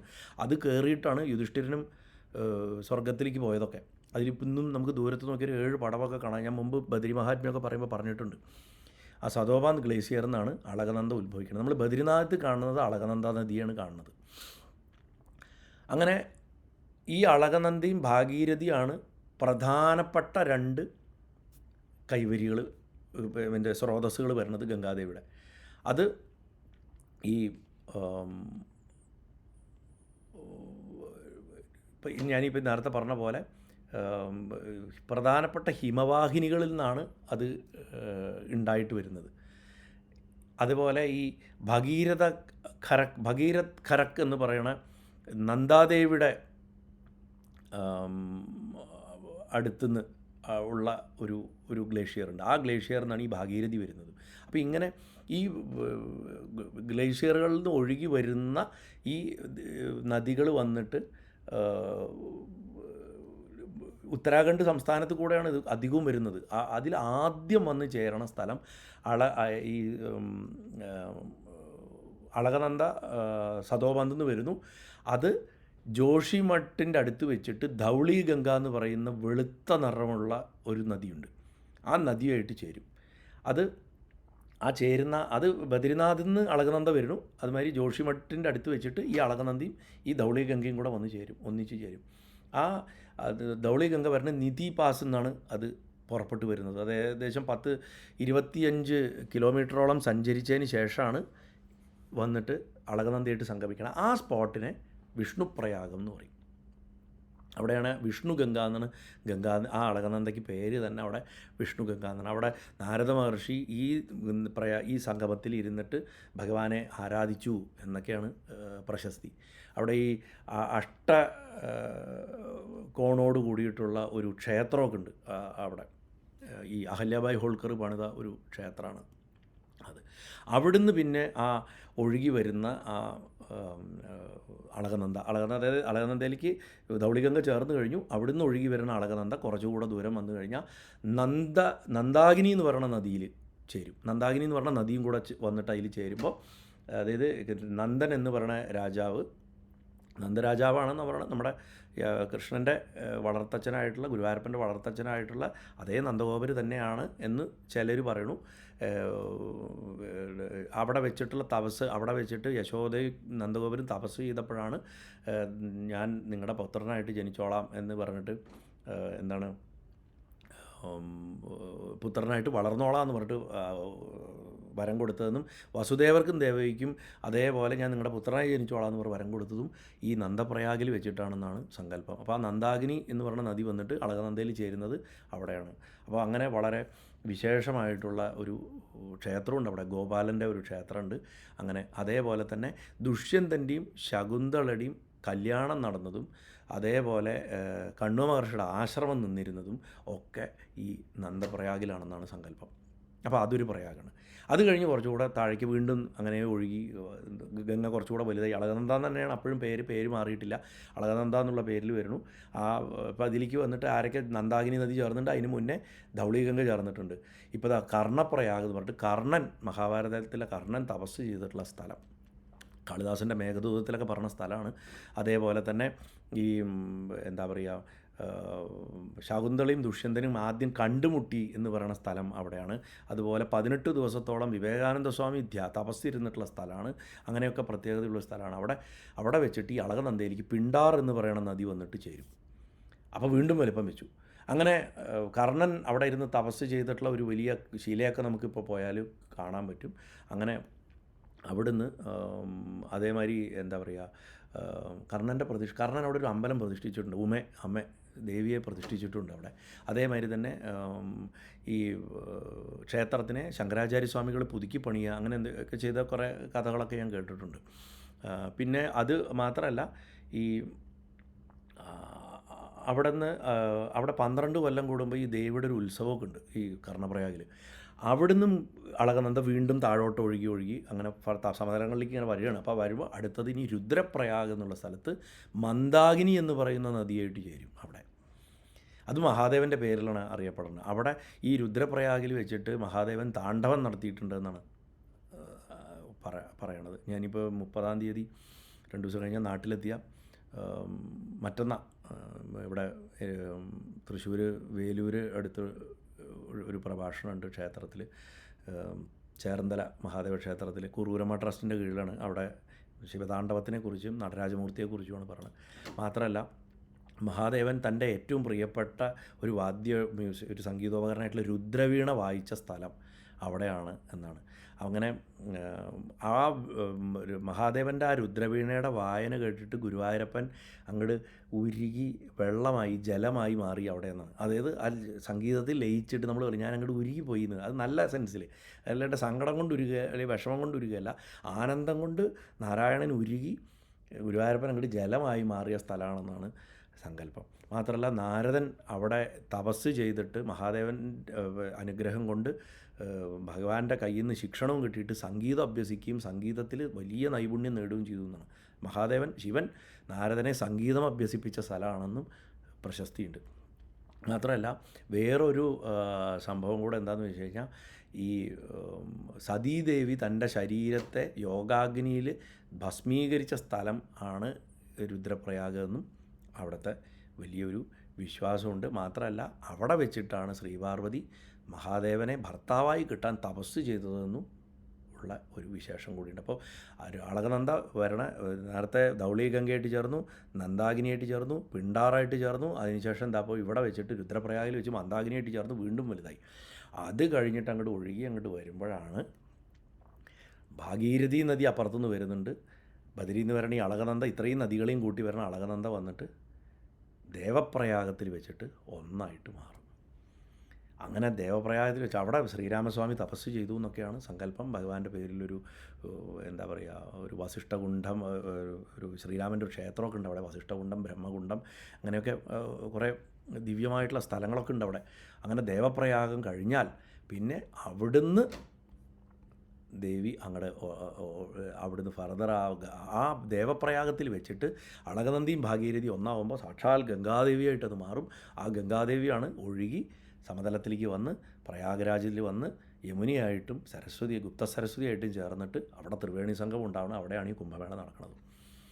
ഏകദേശം എന്താ പറയുക, എത്രയോ കിലോമീറ്ററുകൾ സഞ്ചരിച്ചിട്ടാണ് ഈ നദി വരുന്നത്. അനവധി കിലോമീറ്ററുകൾ സഞ്ചരിച്ചിട്ടാണ് ഈ നദി ഇങ്ങനെ. അപ്പോൾ പഞ്ചപ്രയാഗങ്ങൾ എന്നാ പറയുക: വിഷ്ണുപ്രയാഗം, നന്ദപ്രയാഗം, കർണപ്രയാഗം, രുദ്രപ്രയാഗം, ദേവപ്രയാഗം. അങ്ങനെ 5 പ്രയാഗങ്ങളും. അത് കൂടാതെ പ്രധാനമായിട്ട് പ്രയാഗ്രാജ് എന്ന് പറഞ്ഞാൽ അലഹബാദ് എന്നുള്ള പഴയ പേരുള്ള സ്ഥലമാണ്. ഇനി ഇതൊക്കെ കൂടാതെ ഇതിൻ്റെയൊക്കെ ഇടയിൽ വേറെ ചില സ്ഥലങ്ങളുണ്ട്. സോമനദി എന്ന് പറഞ്ഞൊരു നദി മന്ദാകിനി നദിയും കൂടെ സംഗമിക്കുന്ന, അതായത് മന്ദാകിനിയുടെ വരവിൻ്റെ വഴിയിൽ സോമനദിയും മന്ദാകിനി നദിയും കൂടെ സംഗമിക്കുന്ന സോമപ്രയാഗുണ്ട്. അതേമാതിരി തന്നെ ഭാഗീരഥി നദി വരുന്ന വഴിക്ക് ഭാഗീരഥി നദിയും വ്യാസഗംഗയും കൂടെ സംഗമിക്കുന്ന ഇന്ദ്രപ്രയാഗുണ്ട്. അതേപോലെ തന്നെ അളകനന്ദിയും മന്ദാകിനിയും ആ സംഗമിക്കുന്ന എന്താ പറയുക, ഒരു സോറി ഹരിഗംഗയും ഭാഗീരഥിയും കൂടെ സംഗമിക്കുന്ന ഹരിപ്രയാഗുണ്ട്. അതുമാതിരി ഗുപ്തപ്രയാഗ് എന്ന് പറഞ്ഞിട്ടുള്ള സ്ഥലത്ത് ഭാഗീരഥിയും നീലഗംഗയും കൂടെ സംഗമിക്കുന്നുണ്ട്. അതുമാതിരി തന്നെ നവല, ശംഖധാരി, ഗംഗ, ഇത് 3 ഭാസ്കരപ്രയാഗത്തിൽ സംഗമിക്കുന്നുണ്ട്. അതുമാതിരി ബദരിയുടെ മുകളിൽ, ബദരിക്ക് മുമ്പ് മാനാപാസിൻ്റെ തൊട്ടടുത്തുള്ള സ്ഥലം കേശവപ്രയാഗ് എന്ന് പറയും. നരനാരായണന്മാർ ജനിച്ചത് അവിടെയാണ്. ധർമ്മത്തിനും മൂർത്തിക്കും മക്കളായിട്ട് നരനാരായണന്മാർ ജനിച്ച സ്ഥലം. അവിടെ വെച്ചിട്ട് അളകനന്ദിയും സരസ്വതിയും സംഗമിക്കുന്നുണ്ടെന്നാണ്, അവിടുന്ന് സംഗമിക്കുന്നുണ്ടെന്നാണ്. അതുമാതിരി ശ്യാമപ്രയാഗ് എന്ന് പറഞ്ഞ സ്ഥലത്ത് ശ്യാമഗംഗയും ഭാഗീരഥിയും സംഗമിക്കുന്നുണ്ട്. അപ്പോൾ ഇങ്ങനെ അനവധി പ്രയാഗുകളുണ്ട്. പക്ഷേ 5 പ്രയാഗുകൾ ഈ പറഞ്ഞ പോലെ ഞാൻ നേരത്തെ പറഞ്ഞിട്ടുള്ള പ്രയാഗുകളും അതുപോലെ ഈ പ്രയാഗ്രാജ് 6ാമത്തെയാണ് ഏറ്റവും പ്രധാനപ്പെട്ട പ്രയാഗങ്ങൾ. അപ്പോൾ ഇത്രയും ആണ് പ്രയാഗങ്ങളെക്കുറിച്ച് പറയാനുള്ളത്. ഇപ്പോൾ തന്നെ വളരെ ദൈർഘ്യമായി കഴിഞ്ഞു. അപ്പോൾ ഞാൻ കൂടുതൽ നീട്ടണില്ല. കുംഭമേളയുടെ മഹത്വം ഇതാണ്, പ്രയാഗങ്ങളുടെ മഹത്വം ഇതാണ്, സ്നാനത്തിൻ്റെ മഹത്വം ഇതാണ്, ഗംഗാനദിയുടെ മഹത്വം ഇതാണ്. അങ്ങനെ നമ്മുടെ എല്ലാവരുടെയും ആത്മചൈതന്യത്തിനെ തിരിച്ചറിയാൻ ഗുരുവായൂരപ്പൻ തന്നെ ഒരു അവസരമായിട്ട് കാണുക. അവിടേക്ക് പോകാൻ സാധിക്കാത്തവർ സങ്കടപ്പെടേണ്ട ആവശ്യമില്ല. അവരവരുടെ വീടുകളിൽ അവരവർക്ക് ചെയ്യാനുള്ളൊരു ലഘുവിധിയും ഞാൻ ഇതിൻ്റെ ഇടയിൽ പറഞ്ഞു തന്നിട്ടുണ്ട്. അങ്ങനെ ചെയ്യുക. എല്ലാവരും ആത്മസാക്ഷാത്കാരം നേടുക. പൊന്നു ഗുരുവായൂരപ്പൻ, ശ്രീ മഹാദേവൻ, അമ്മ മനസ്സ് നിറഞ്ഞ് സന്തോഷിച്ച് നിങ്ങളെല്ലാവരെയും നിങ്ങളുടെ തലമുറകളെ അനുഗ്രഹിക്കട്ടെ എന്ന് പ്രാർത്ഥിക്കുന്നു. ഞാൻ ഇത്ര നേരം പറഞ്ഞിട്ടുള്ളത് എന്തെങ്കിലും ഉണ്ടെങ്കിൽ അതിൻ്റെ മുഴുവൻ നന്മയും ഗുരുവായൂരപ്പൻ പറഞ്ഞു തന്നിട്ടുള്ളതാണ്. അതിലെന്തെങ്കിലും തെറ്റുകൾ വന്നിട്ടുണ്ടെങ്കിൽ എൻ്റെ മാത്രമാണ്. എത്രയോ ഗുരുനാഥന്മാർ, എത്രയോ മഹാത്മാക്കൾ അവർ പറഞ്ഞു വെച്ച അറിവുകളെ നിങ്ങൾക്ക് ഒന്ന് ഷെയർ ചെയ്യുക മാത്രമാണ് ഞാൻ ചെയ്തത്. അല്ലാതെ വേറെ ഒന്നും വിശേഷമായിട്ട് ഇതിൽ പറയാനില്ല എനിക്ക്. എല്ലാവരെയും ഭഗവാൻ അനുഗ്രഹിക്കട്ടെ എന്ന് ഒരിക്കൽ കൂടി പ്രാർത്ഥിക്കുന്നു. എല്ലാവർക്കും വളരെ പുണ്യം നിറഞ്ഞ ഒരു കുംഭമേളക്കാലം സർവ്വവിധ അനുഗ്രഹങ്ങളോടും കൂടി ഉണ്ടാവട്ടെ എന്ന് പ്രാർത്ഥിച്ച് ഈ വീഡിയോ അവസാനിപ്പിക്കണം. നാരായണാഖിലഗുരോ ഭഗവൻ നമസ്തേ. നാരായണ അർപ്പണമസ്തു. ഗുരുവായൂരപ്പ ശരണം. സർവേശ്വര ഗുരുവായൂരപ്പ നാരായണ.